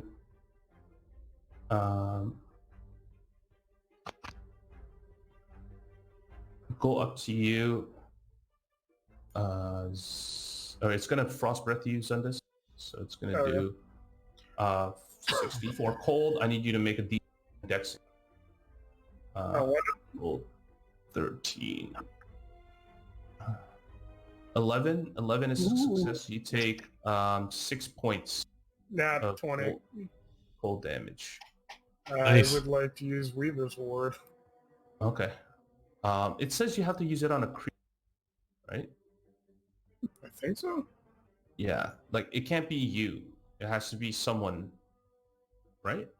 I thought it was or- for like for an Oh, incoming sorry. It's when a attack. creature No, does right. damage to you, is what it Yeah. said. Okay, that's right. So yeah, you can absorb 6 cold to that. Sweet. I also need you to roll a d4 for me and a d100. Okay. Oh, shit. Oh boy. That's a 4. Nice. 32. Maybe nice?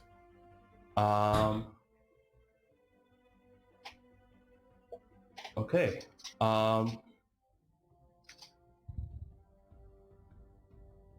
So, as you are faced off with this thing and it just shoots this cold at you and you're happy that it hasn't hurt you, you see another 2 of these appear Well, behind shit. you, and another 2 appear near tigers. They had a 25% chance, so fortunately. Oh boy. Are they summoning more of these little shits? Fucking Yeah. Mogwai, man. You get them wet and they multiply. Yeah. Well, I'm about to get the fucking thing wet, alright. Actually, sorry, wait. No. That's a failure, so no summons. Yay! My bad. Okay. So anything else you want to do on your turn? Oh no, it attacked It was you. their Right? So turn, this yeah. one is gonna actually go to and flank you and attempt to claw you. Process. That's gonna be a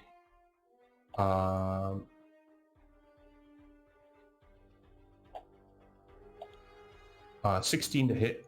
Nope. Okay, so it just whiffs its attack AC on you. is 21. Got it. Savos, you're up. Zundus, you're after. Okay. Alright. I am going to... Alright. going to move here, right here, and cast lightning bolt. Okay. Why are you getting on his face? You're a fucking wizard. You wanna die? Yeah. Loves it. That's success, unfortunately. Okay, I love it. Um, And That's it will success, hit so- the next one too. but you're also it'll still do half the damage. Yeah, to the one up front, but he's also aiming to hit this one back here. Which will wake it Okay. up. Okay. Yeah, so I would so assume that it would is a- fail since it's stationary. It's stationary, so it'll. But that will this is wake a it dex up, right? save. Yep, it'll wake Yeah, so it wakes up. Okay. This is now. I forgot about that. Nope, too late. Details. I'll take care of it. That's gonna end. Or anything else you want to do on your turn? Nope. Okay. You've Zen, done it's enough your damage. Alright, so up. bonus action Searing Smite at 2nd level. Okay. Oh shit. So that's 2d6 fire damage on my next hit. Okay. I'm gonna attack him twice. Do it. That being the guy below me. Yeah. So Which 23 on I the think, first one. who's attacked that one so far? I think it was. Rotar shot his dick nose off. Oh yeah. Okay, got it. So that's 10 damage on the first. Got it. Plus 5 fire damage. That dick nose comment just made me spit out my beer, by the way. Did you cast it at 2nd level?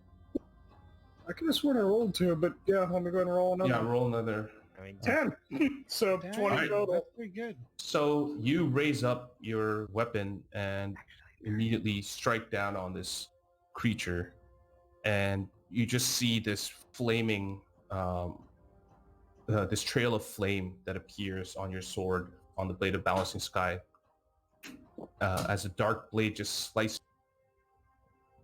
It slices through, and immediately this thing, it's almost like a hot iron that just slides through butter, as this thing starts letting off steam and just eventually shatters. I need you to make a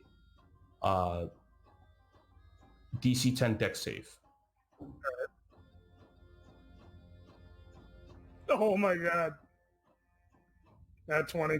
Okay. Damn. but Jesus. So you feel you it suffer half. 22.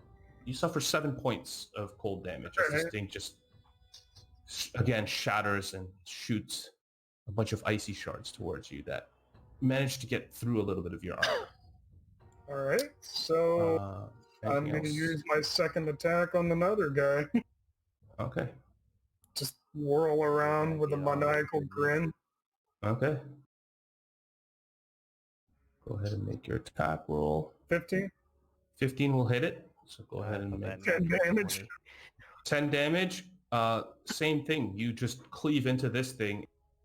The blade of Balancing Sky just cuts through it like butter. However, in the process, it does explode as well. So I need you to make the DC 10 dex save again. So you just turn around, whirlwind. That's a failure. So it is going to roll. Let's see. D8. You suffer 9 points as this thing shatters and hits you.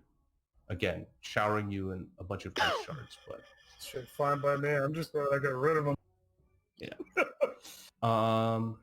anything else on your turn? No, I think that was a pretty good turn. Gray, you're up. Okay, You broke so your I half. am going to Yep. cast Blur on myself. Okay. And then can I try to move while remaining in melee range, trying to place myself between the big cat and Savos? There's not enough space for you to squeeze in. It's like right up on space at this point. So you could Okay, so- step out to where this method is right here. That's the best you can do. No, I'm gonna Actually, you know what? I'm going to move. I'm gonna Oh, get out of raise his the melee king. range, and I'm Okay. gonna move here. So it's going to use its reaction against you to take a claw attack. Oh, that's a 20 to hit. No, that's a 19 because I cast blood on myself, so he has Oh, yeah, disadvantage. right. So that's a disadvantage. Okay. So that'll miss you, right? Yeah. Okay. So it just takes a swipe at you. You just move out of the way. No effect. Anything else on your turn? No, that's it. Okay. Brotar, you're up. Am I out of melee range? I know I'm a square away, but I didn't know with how You're- big this thing is, if that's still in melee You're out range. of it. Okay. It's got a 5-foot range. Then so I'm gonna Saddle's- back the fuck up to here. Okay. And I will bonus action echolocate the kitty. Okay. And then for my first attack, I will reload Dolphin because it's empty. And then the second attack, I will shoot it with said Dolphin. And that's a fucking another natural one. Oh, It's a buddy. misfire. Good lord. Jamming. It's all snow, man. I switched to the fucking flintlock? no, I switched to the dice on D&D Beyond for Oh, fucking what's that thing that just fuck never mind. Move on. the Icewind Dale? Yeah, I switched to the Icewind Dale dice because we're in the fucking ice and it was good and now it's not. So whatever. That's funny. I'm rolling ones like fucking Faustus is rolling 20s right now. That's my turn. Oh, Okay. Only if So- he was No, actually right. rolling 20. So this one is, you're 20 feet, you're still 20 feet above this 50 feet, Yeah. right? Um, Allison? You said like the cliff. Yeah, I'm 20 feet above this outcropping. Yes, that's 50. It's going to make a pounce attack. Oh with shit. Strength save Hello. for me, please. So it's jumping off the cliff to attack me? Yeah, it's going to pounce on you. This kitty? Yes. Oh, why Savas, did you I can leave smack this it in the on? butt. Would I make it or would Dex save? Right? I would say, yeah, it'll have to be, no, strength save, and it'll have to be your mount that makes it. Okay, well that's a lot better. Does it show? Because you're guiding it, kind of, or it's going to try to move out of its way, I guess. Yeah. Does I guess it doesn't have. So yeah, it's just a strength check then. Fuck. Ooh. No. So this thing jumps on top of you. Chrysanthemum cannot bear the weight of this thing jumping on top of you. Both of you guys are sent tumbling down 50 feet. Okay. The mount was knocked prone. I can use my reaction to land on my feet. Otherwise, I land 5 feet away from it. Prone. Okay. But I'm falling 50 feet. Chrysanthemum's going to suffer 23 points of damage as this thing just jumps on it, and all of you fall for that much. The tiger and you will suffer that damage since you guys are being cushioned by Chrysanthemum, unfortunately. So you suffer 11 points, and this thing suffers 11 points as you guys fall 50 feet down. After it knocks you guys, Alistair's gonna just land prone. okay. It's gonna take a bite attack on you. Eat ice, bitch. Well, that's an 11. Actually, no, it's not prone, so Yeah, yeah, it has you enough have movement. to Yeah, it's gonna stand up, and it'll take an attack on you. That's an advantage, right? Yeah. Let me 17. Read my thing. Where is it? Indistigia. What does it suffer? I believe it suffers something. You can reroll whenever you cast a spell. Whip up the wind. While the winds are present, any creature within 5 feet of you that hits you with a melee attack does 1d4 cold. 1d4? Okay, so go ahead and roll. So, eat 2 cold damage, bitch. Okay. And they do hit. It's a I have a 15 AC. Got it. This one is just gonna... It's gonna stay. This one over here. That's gonna end their turns. Alistair, you're up. Okay, both me and Chrissy will spend half of our movements getting up. Yeah. Oh, how much damage did I take from the bite? To roll that. 9 piercing. Ow, fuck. And I actually need to make 2 con saves. Aren't they already awake? Oh, no. Oh, you're Oh, concentrating. no. On the bite, now the third one's up. Did you have to make 2 saves when one of them was already up? Yeah, well, I took damage from the fall. That was the first one, and then damage Yeah. from the bite. And then Oh, Yeah. gotcha. So the winds fall around you, right? Fucking tigers. Anything else? the winds die down. Yeah. It dies down at the end of the turn, technically. Yeah, at the end, so that's fine. Or let me read it. Yeah, so they're still up, but basically half movement. I will use the other to stand up. I'll use the other half of my movement to get on Chrissy. Mhm. Chrissy's action will be disengage, and then I will fly up 40 feet again. Okay, got it. So you are But- up 40 feet. And then for my action, I will or I'll move a little bit as well. Okay. No, I can't get them in the same. So fuck it. I'm just gonna go up 40 feet and then Ray of Frost on the. tiger And that took it. what? So the winds of Stygia or the hypnotic pattern gone? It's the wind. The hypnotic pattern. So this one is now. So this one's back. Okay, got it. Yeah.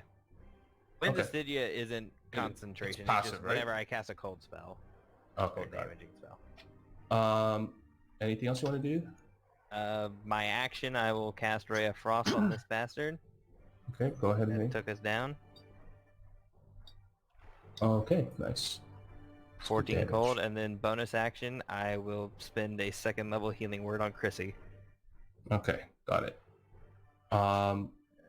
So you just shoot this ray of frost and you just begin to fly up as quickly as possible with Chrissy. Oh wait, stupid dice! I didn't mean to roll you. So Uratana's going to use her movement to get up. And she's going to go 5, 10, 15, 20, 30. Over here. I'll take it. And she is...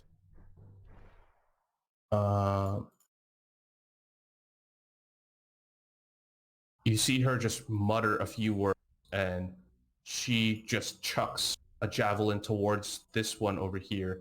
And you watch the javelin just suddenly into lightning as it just kind of crackles right Correctly?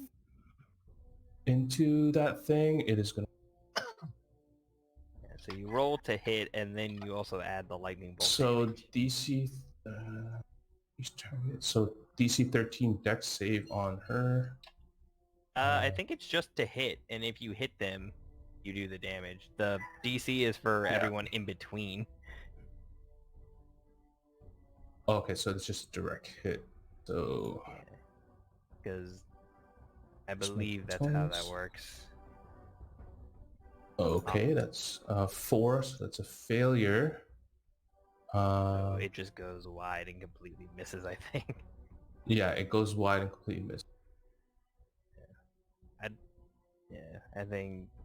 Actually, Yeah, no, wait, anyone sorry. can- Her bonus... What's the AC again?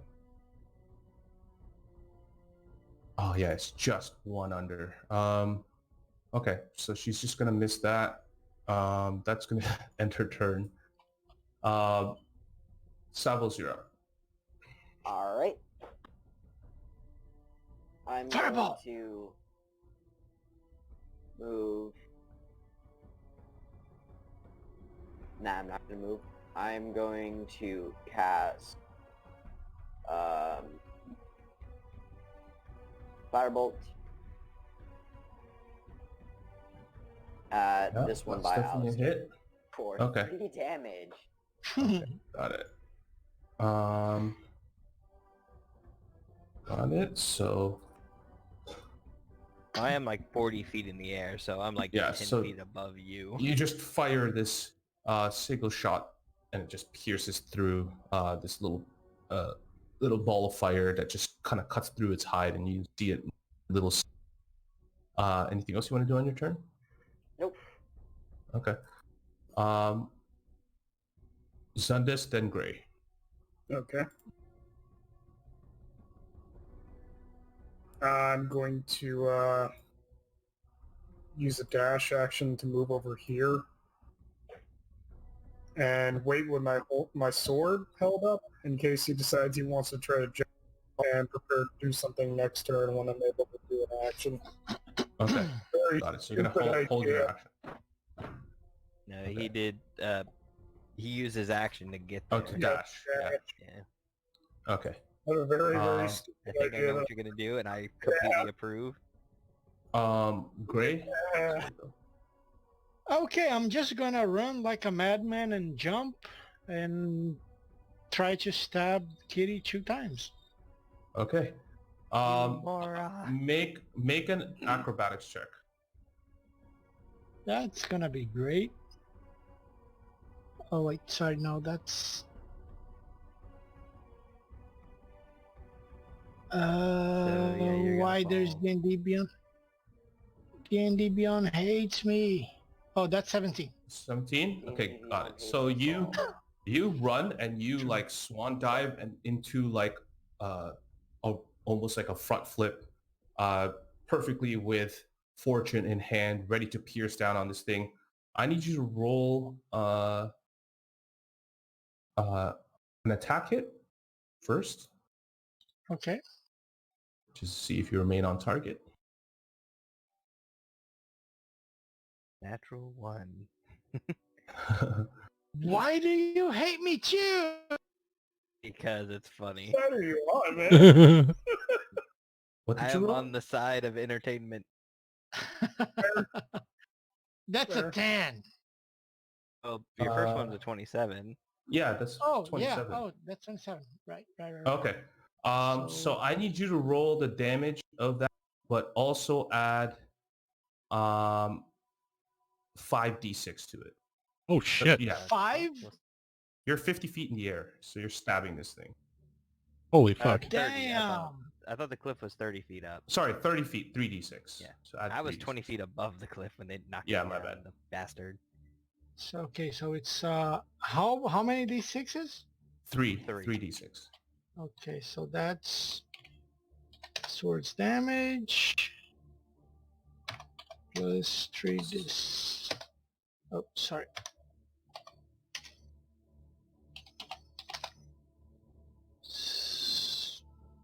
Okay, so that's 23 for the first attack. Do I get to do another? So wait, that 15 damage is aided on top, or that is? No, I I don't. No, no. No, it that- like added his 12 and 3, which he doesn't have hex up. Yeah, I don't have it. I So don't it's only know 12, what right? it's doing. It's doing something weird. Yeah. That's why I rolled. So the that's 23 1d8. damage on the first hit. Yeah. So you just jump down and like, you got this fortune pointed down, and you just stab directly in its spine as you just pierce right through directly into it. And then you're gonna pull out your sword and make another attack. Yeah. Yeah, it hurts for you to land, but not enough for you to take. Just your acrobatics helped you a little. 18 for 14 damage. 14 damage. Okay, that's enough. So you just stab this thing immediately on his head. One more motion, you twist it as this thing's spine just cracks with the sword, and it falls on the ground limp. It's dead. Damn. And as a bonus action, I'm gonna cast Hexblade Curse on this this one. kitty right here. Got it. That's gonna end your turn. Brotar, you're up. Okay, seeing that, I will be inspired to run like a sumbitch and jump off the front of this fucking cliff. Okay, make an acrobatics check. This is how we TPK, not against the Archmage, but no, we. 13? 13? Yeah. Okay. You make it most of the way without getting hurt, but at some point you hit the edge of the rock, and you just you did okay for the most part, but you did suffer. So let me just roll this. You suffer 10 points as you just hit the side of the rock face. It begins sliding on the river. I will pop up and dust myself off. Yeah, so you were knocked prone, so you can use...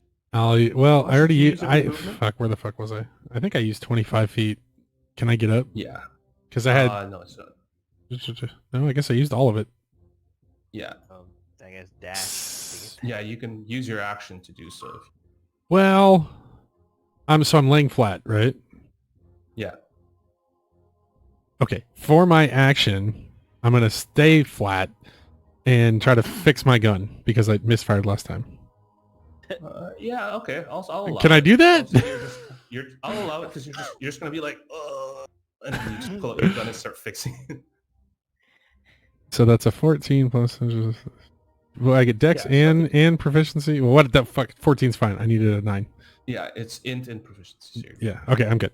I need a 9, so I'm okay. Or actually dex. Yeah, so you're good. So you're and actually, bonus action? Can I mark this guy up here? Echolocate him? Yeah, you can. Okay. And then I'm still going to just lay down here and take a nap. Yeah, so you're just like, okay.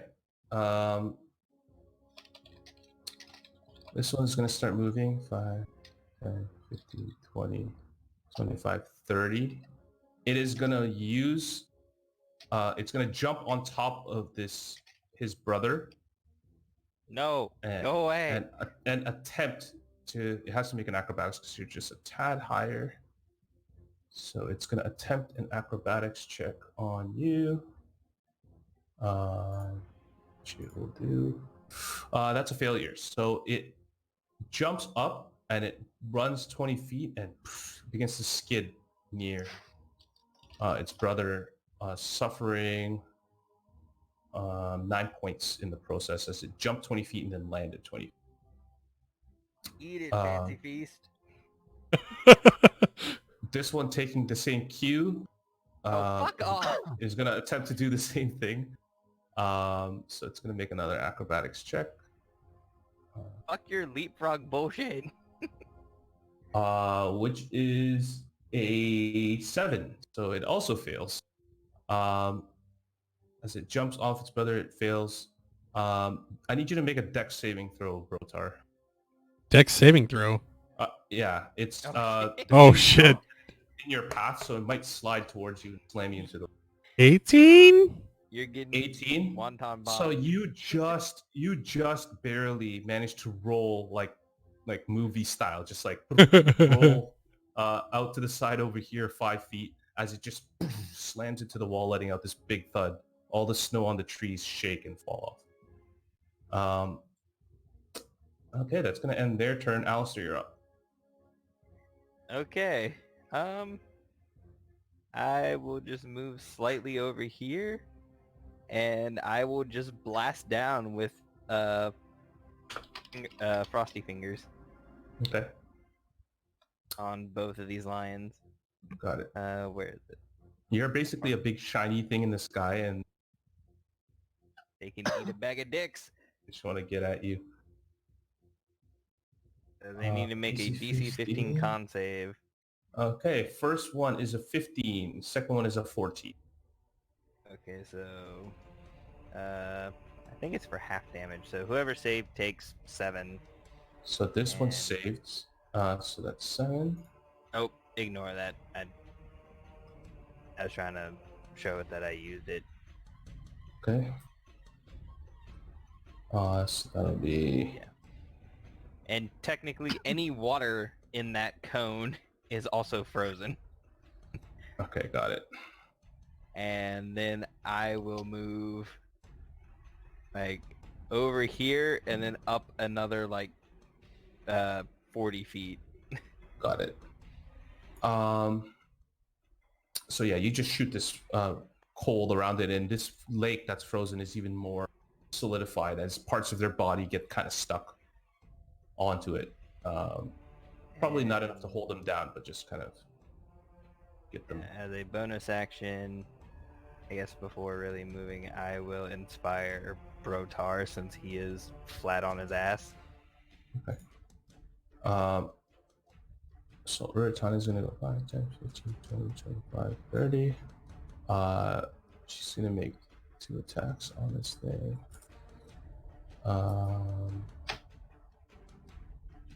Okay, 1 hits. So it's looking hurt. This one over here is looking hurt. As you can now see, Ruritana's in a rage. Her hair is flowing, but her eyes are filled with fury. She's smashing this thing down. That's going to end her turn. Savos, you're up. Okay. I am going to move this Sabertooth. It's down the cliff, right? Yeah, it's slammed into the wall, so you can see it 30 feet below you, basically. So if I cast Thunderbolt, yeah, Lightning Bolt, it won't be able to hit both of them. Probably. No, you have to jump down. Not happening. Scorching Ray. Okay. Got it. Wow. Scorching rays. Shit damage. 3. That's still a lot of damage, dude. Okay, so you just send 3 blasts. Gray, you look up and you just see 3 balls of fire just flying down towards this creature. It just hits it one by one as this thing just got knocked down. They all hit? Yeah. Oh, sorry. 11 The hits? second one does not hit. So that's 14 points. Yes, so it's only 14 damage. Okay, got it. As the 2 hit, you do see small burn marks left by your fireball, but just singe marks on its skin. It still hurt though. Anything else on your turn? Nope. Okay. Zundis? I'm gonna jump and diving stab. Okay. The swan This dives. is how The we 30-foot lost swan dives. everybody. Make an acrobatics check. Alright. For you, you're wearing armor at this. This is gonna end well. Do a flip. You know, by the end of this combat, it's gonna be only the wizard that survives. Yeah. Hey, the bard is. Oh, this flying. was He's gonna just trying be to get away cool. from these bastards. So you actually jump off, and the balance of your armor is throwing you and sending you tumbling in all directions. You're still going to do damage to it, but you're also going to do damage to yourself. You're just gonna smack it. You're going to suffer 9 points of bludgeoning damage, and it's going to suffer 9 points of bludgeoning damage as you land on it, which is still quite a bit of damage towards it. However, you are technically prone on top of it. Cool. You're riding the kitty. Yeah, so you could use your movement to stand up if you wanted. Sure. Am I gonna be able to still do an attack, or was that basically? Yep, you're like on top of it, so Yeah, so that just Okay. burned your movement more or less. yeah, Works for me. yeah. Double whammy. I think most of our damage has just been from falling. Yeah. Okay, and if that hits, I'd That'll like to use Divine Smite at 2nd level. Okay, go ahead and make a You're just device rude. smite attack. I am serious. I know these 2nd levels. So 2d8. Yeah. Unless Oh, these are fuck, some no. undead. It had exactly 12. So, interesting. Yeah, you keep on rolling So- one die, Jay. There's a Oh, really? I hit 2. I swear to God. Oh yeah, it does say 1d8 plus 3. I thought it had said 2d8 plus 3. Well, Weird. yeah, Oh, he does 1d8, but then he rolls the 2d8 for. Yeah, should be. You're only rolling Okay. 1d8. It would have shown So- both dies.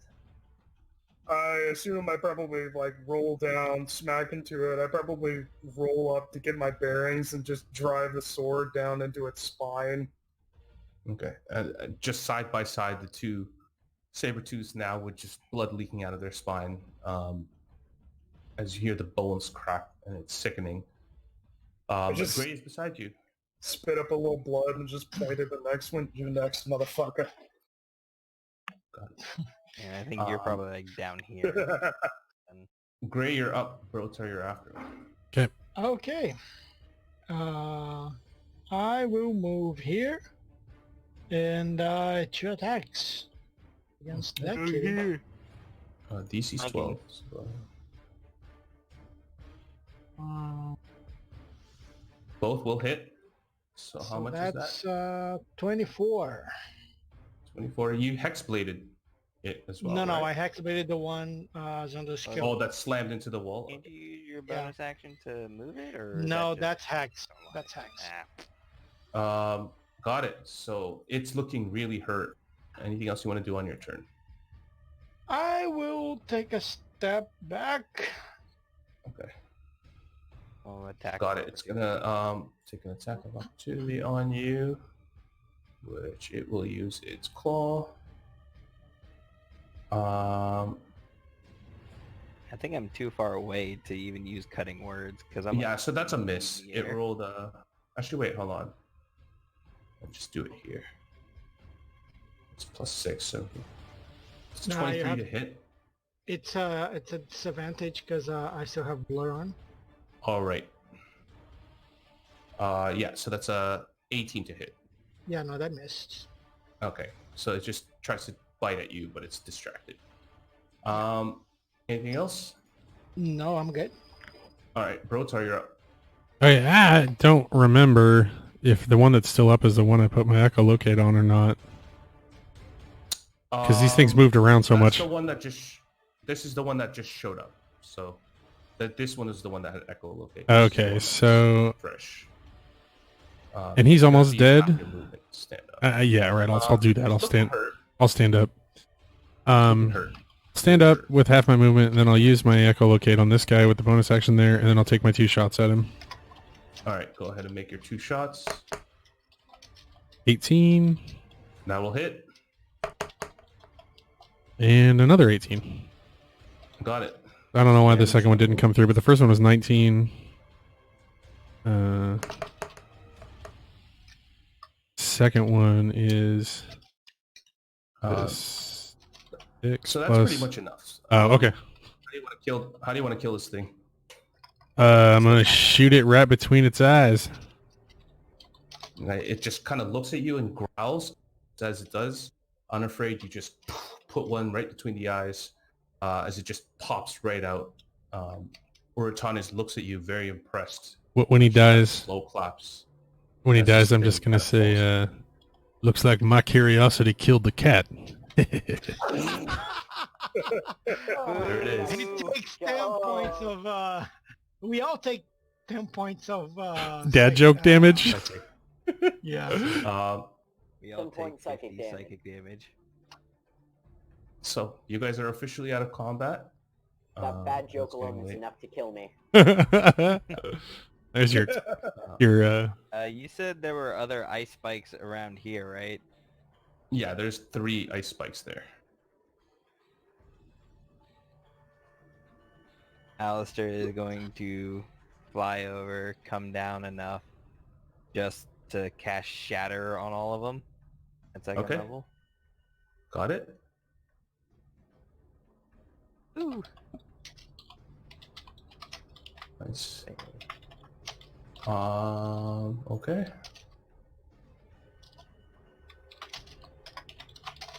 Yeah, so I'll say for the sake of this, you before they even have a chance, you shatter and you see 3 creatures just flitter and come alive and kind of look over pieces of them are just shattered all over the place as they let out this screech, and they begin to just leave. Immediately leave the area. They just take off. It's up to you if you want to chase them, but they seem to just be afraid. Nah, they're running. Just fuck it. Got it. I'll get taking shots, but my only attack. Well, I could insult them to death. I already did that. So, Giving them Faustus treatment. so I'll say, yeah, you guys are officially out of combat. Is there anything you want to I would do like to use my for second time? wind now to What, restore you some can hit lay- points. Laying hands on myself. Alistair Is will that a fancy come term for down off masturbation? Chrissy, Yes. and I'm going to go inspect the thing. Okay. So you walk up to this kind of sigil or some sort of circle on the ground. Make an Arcana check. Actually, make an investigation check. They are the same thing. Mhm. 8. Yeah, like the best you can decipher is that whatever it is attracting these creatures towards. So yeah, some sort of bait or something. And this is some kind of lure. Oh, well, doesn't that just sound fun? Hunters, Well, I do you know what that is? Is that something that your people put there? I don't know or like magic, but I haven't seen any of the Frostborn put any of that there. Haven't seen them do anything like that. I just usually hunt with my head in my hands. So Okay, so there are other people here who can do magic. yeah, it seems That's kind of troubling. strange. How many saber-tooth pelts did that guy want? He wanted 2. Okay. Someone help me carve this up. I'm pretty Would good I with a know knife. enough about cat anatomy to effectively cut one of them up? If you guys want to cut this up, I'll have you guys roll nature check, see how well you guys Have cut this survival? up. If you guys, it depends how you want to approach it. If you want to just precisely know the animal and nature check, but or if you want to make just guessed cuts, it could be a straight dexterity check. Survival would be, yeah, if you just want to cut it up without really caring about the quality of the pelt. It's up to you guys. Well, Alistair probably knows a thing or two about how to skin an animal thanks to Erwin, but Mm-hmm. It's up to you guys. Can I try to claim Hey. some of their saber teeth? Yeah, you can. I'll say for that. Yeah, you could just chop it off. Make yeah, you could just cut it off if you wanted. I don't think it's too tough. I think you're just gonna cut it from its face, right? Yeah. Okay. Yeah. So yeah, Alistair you can is just take. gonna- Yep. So who wants to make the nature survival dex checks to cut this I thing up? can. I mean, can I'm do not- the dex. Like my I can do sleight of dex. hand is +5, so if someone wants to try to lead me, I will Sava, assist so you. you know the anatomy and my vague understanding of it. We can work together. Yeah, I rolled a 6 on my nature check. I do not know cat anatomy as well as I hope I do. Yeah, so Well, Savos is I'm looking at this thing and following it's your like lead. Savos is like holding up his cat, looking up and down, like at the back, the butt and everything, and then looking at the big thing, and you're like, none of this matches up. It seems much larger. Yeah, so Alistair is gonna just take his dagger and try to cut off the pelt the best he Okay. knows how. Make it an advantage, I guess, since I think Brotar said he's gonna help. I'd like to Yeah, I clip would some help. of the claws if possible. 11. Okay. You do an okay job. It's not a perfect quality cuts or anything. This creature is big, but you do manage to yield the 3 pelts if you wanted all 3. He would try and just take the 2 best ones to Okay. put in the pack. Okay, got it. So you've got your hands on 2 regular quality pelts. I would actually like the other pelt. I might have Alright. somebody make a cloak out of it or something. Yeah, so you could take the 3rd. And I tell Savos, hey, go get Fuchsia, and I will just leave Chrissy to start eating at the carcass. And I'm also going to pull Got out it. Bloodrender and say, hey, you want to get in on this? He goes, "Oh, animals are not my thing, but I guess I'll just start, I guess, trying to hack off the head of one of these things, maybe? okay. Well, it's like a skinned face with no Yeah, teeth whatever it is. now. I'll just start digging around in it with Yeah. the axe. You could just start chopping its bits of the saber tooth apart. Like So butchering the meat. I'll say Brotar and someone else can make a survival check. What's everybody's survival? I got +2, I think. 13. 0. Yeah, Zero. I've also got a +2. I got a 4. Okay. Brotar, you chop up, start chopping at the head, and you realize that good meat in there to help you guys survive for the winter, during this winter weather, I mean. So you do get about 5 days worth of edible saber tooth meat. And how many saber teeth did I harvest? It's the 6, so you Okay. can harvest the 6 of them. And about the claws. About how big are they and how many could I get? The claws are like, it's like one of its paws is like the size of basically. So it's like a So- huge creature, or like half the size. So it's a So it's probably like, what, Yeah. 2 feet from like the base to the... it's a very big paw. So the The claw claws is would probably be like 4 or 5 inches. yeah, something like that. I have an idea Teeth for are him. probably closer to 6 to 8. Idea for the Like, make claws. daggers out of them. I was actually thinking about like messing around with them and like putting them on my end of like arrows when I eventually get a bow. So I have like a Okay. hooked arrow. I'll say make a survival check. All right. Just separate from everything. Yeah. 6. So you managed to remove. It's kind of weird because you're like, I don't know, bone is attached or anything like that. But how you managed to hack the paw,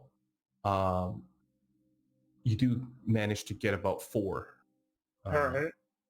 And you're like, I don't want to go through all the trouble of chopping these hands up. So you get 4 saber-tooth claws. Anyone else going to do anything? Nope. And Okay. the only thing is just, I'm basically going to say, make sure to use as much as you can.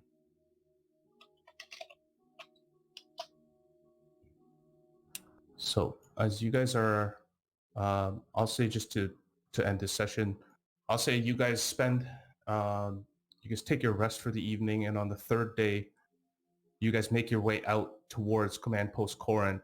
Up ahead, you eventually do come across a 500-foot wide chasm. And as you guys are standing on the precipice, the ground slopes in and continues down into a basin. There's a fox that's feasting on a small bird that darts away as you guys kind of approach. 2 figures are seen walking towards you in the pure white snow, leaving a trail of footsteps behind them. Eventually, they pause as they see you, but eventually continue on towards you. And as they approach, a man and a woman walk up to you. The man has long red hair and a soul. His face is full of scars, almost like chopped up. Like his whole face is chopped up, and fresh cuts. The female has jet black hair and a bowl cut. They both approach you, and the man says, Elda shies upon us, Lagara. I assume our message was received, and I'm glad to see you, Huntress. But I'm afraid your arrival was just a little too late. The horde dispersed a few hours ago and just gave us enough time to depart. The female says, we faced them head on, my lady, at Corinth, but they've turned clever, wielding enchanted weapons. They were organized and tactical. We scouted the high ground and we saw 3 others scouting us as well. I'm afraid their power, coupled with the Blightmares, was just too much. And the Blightmare Uratana mentions is Paraxis. Call him Blightmare. And Uratana says, it's good to see you, Metan, Nagara. And that's where we'll end today's session, standing at the edge of Command Post Corinth.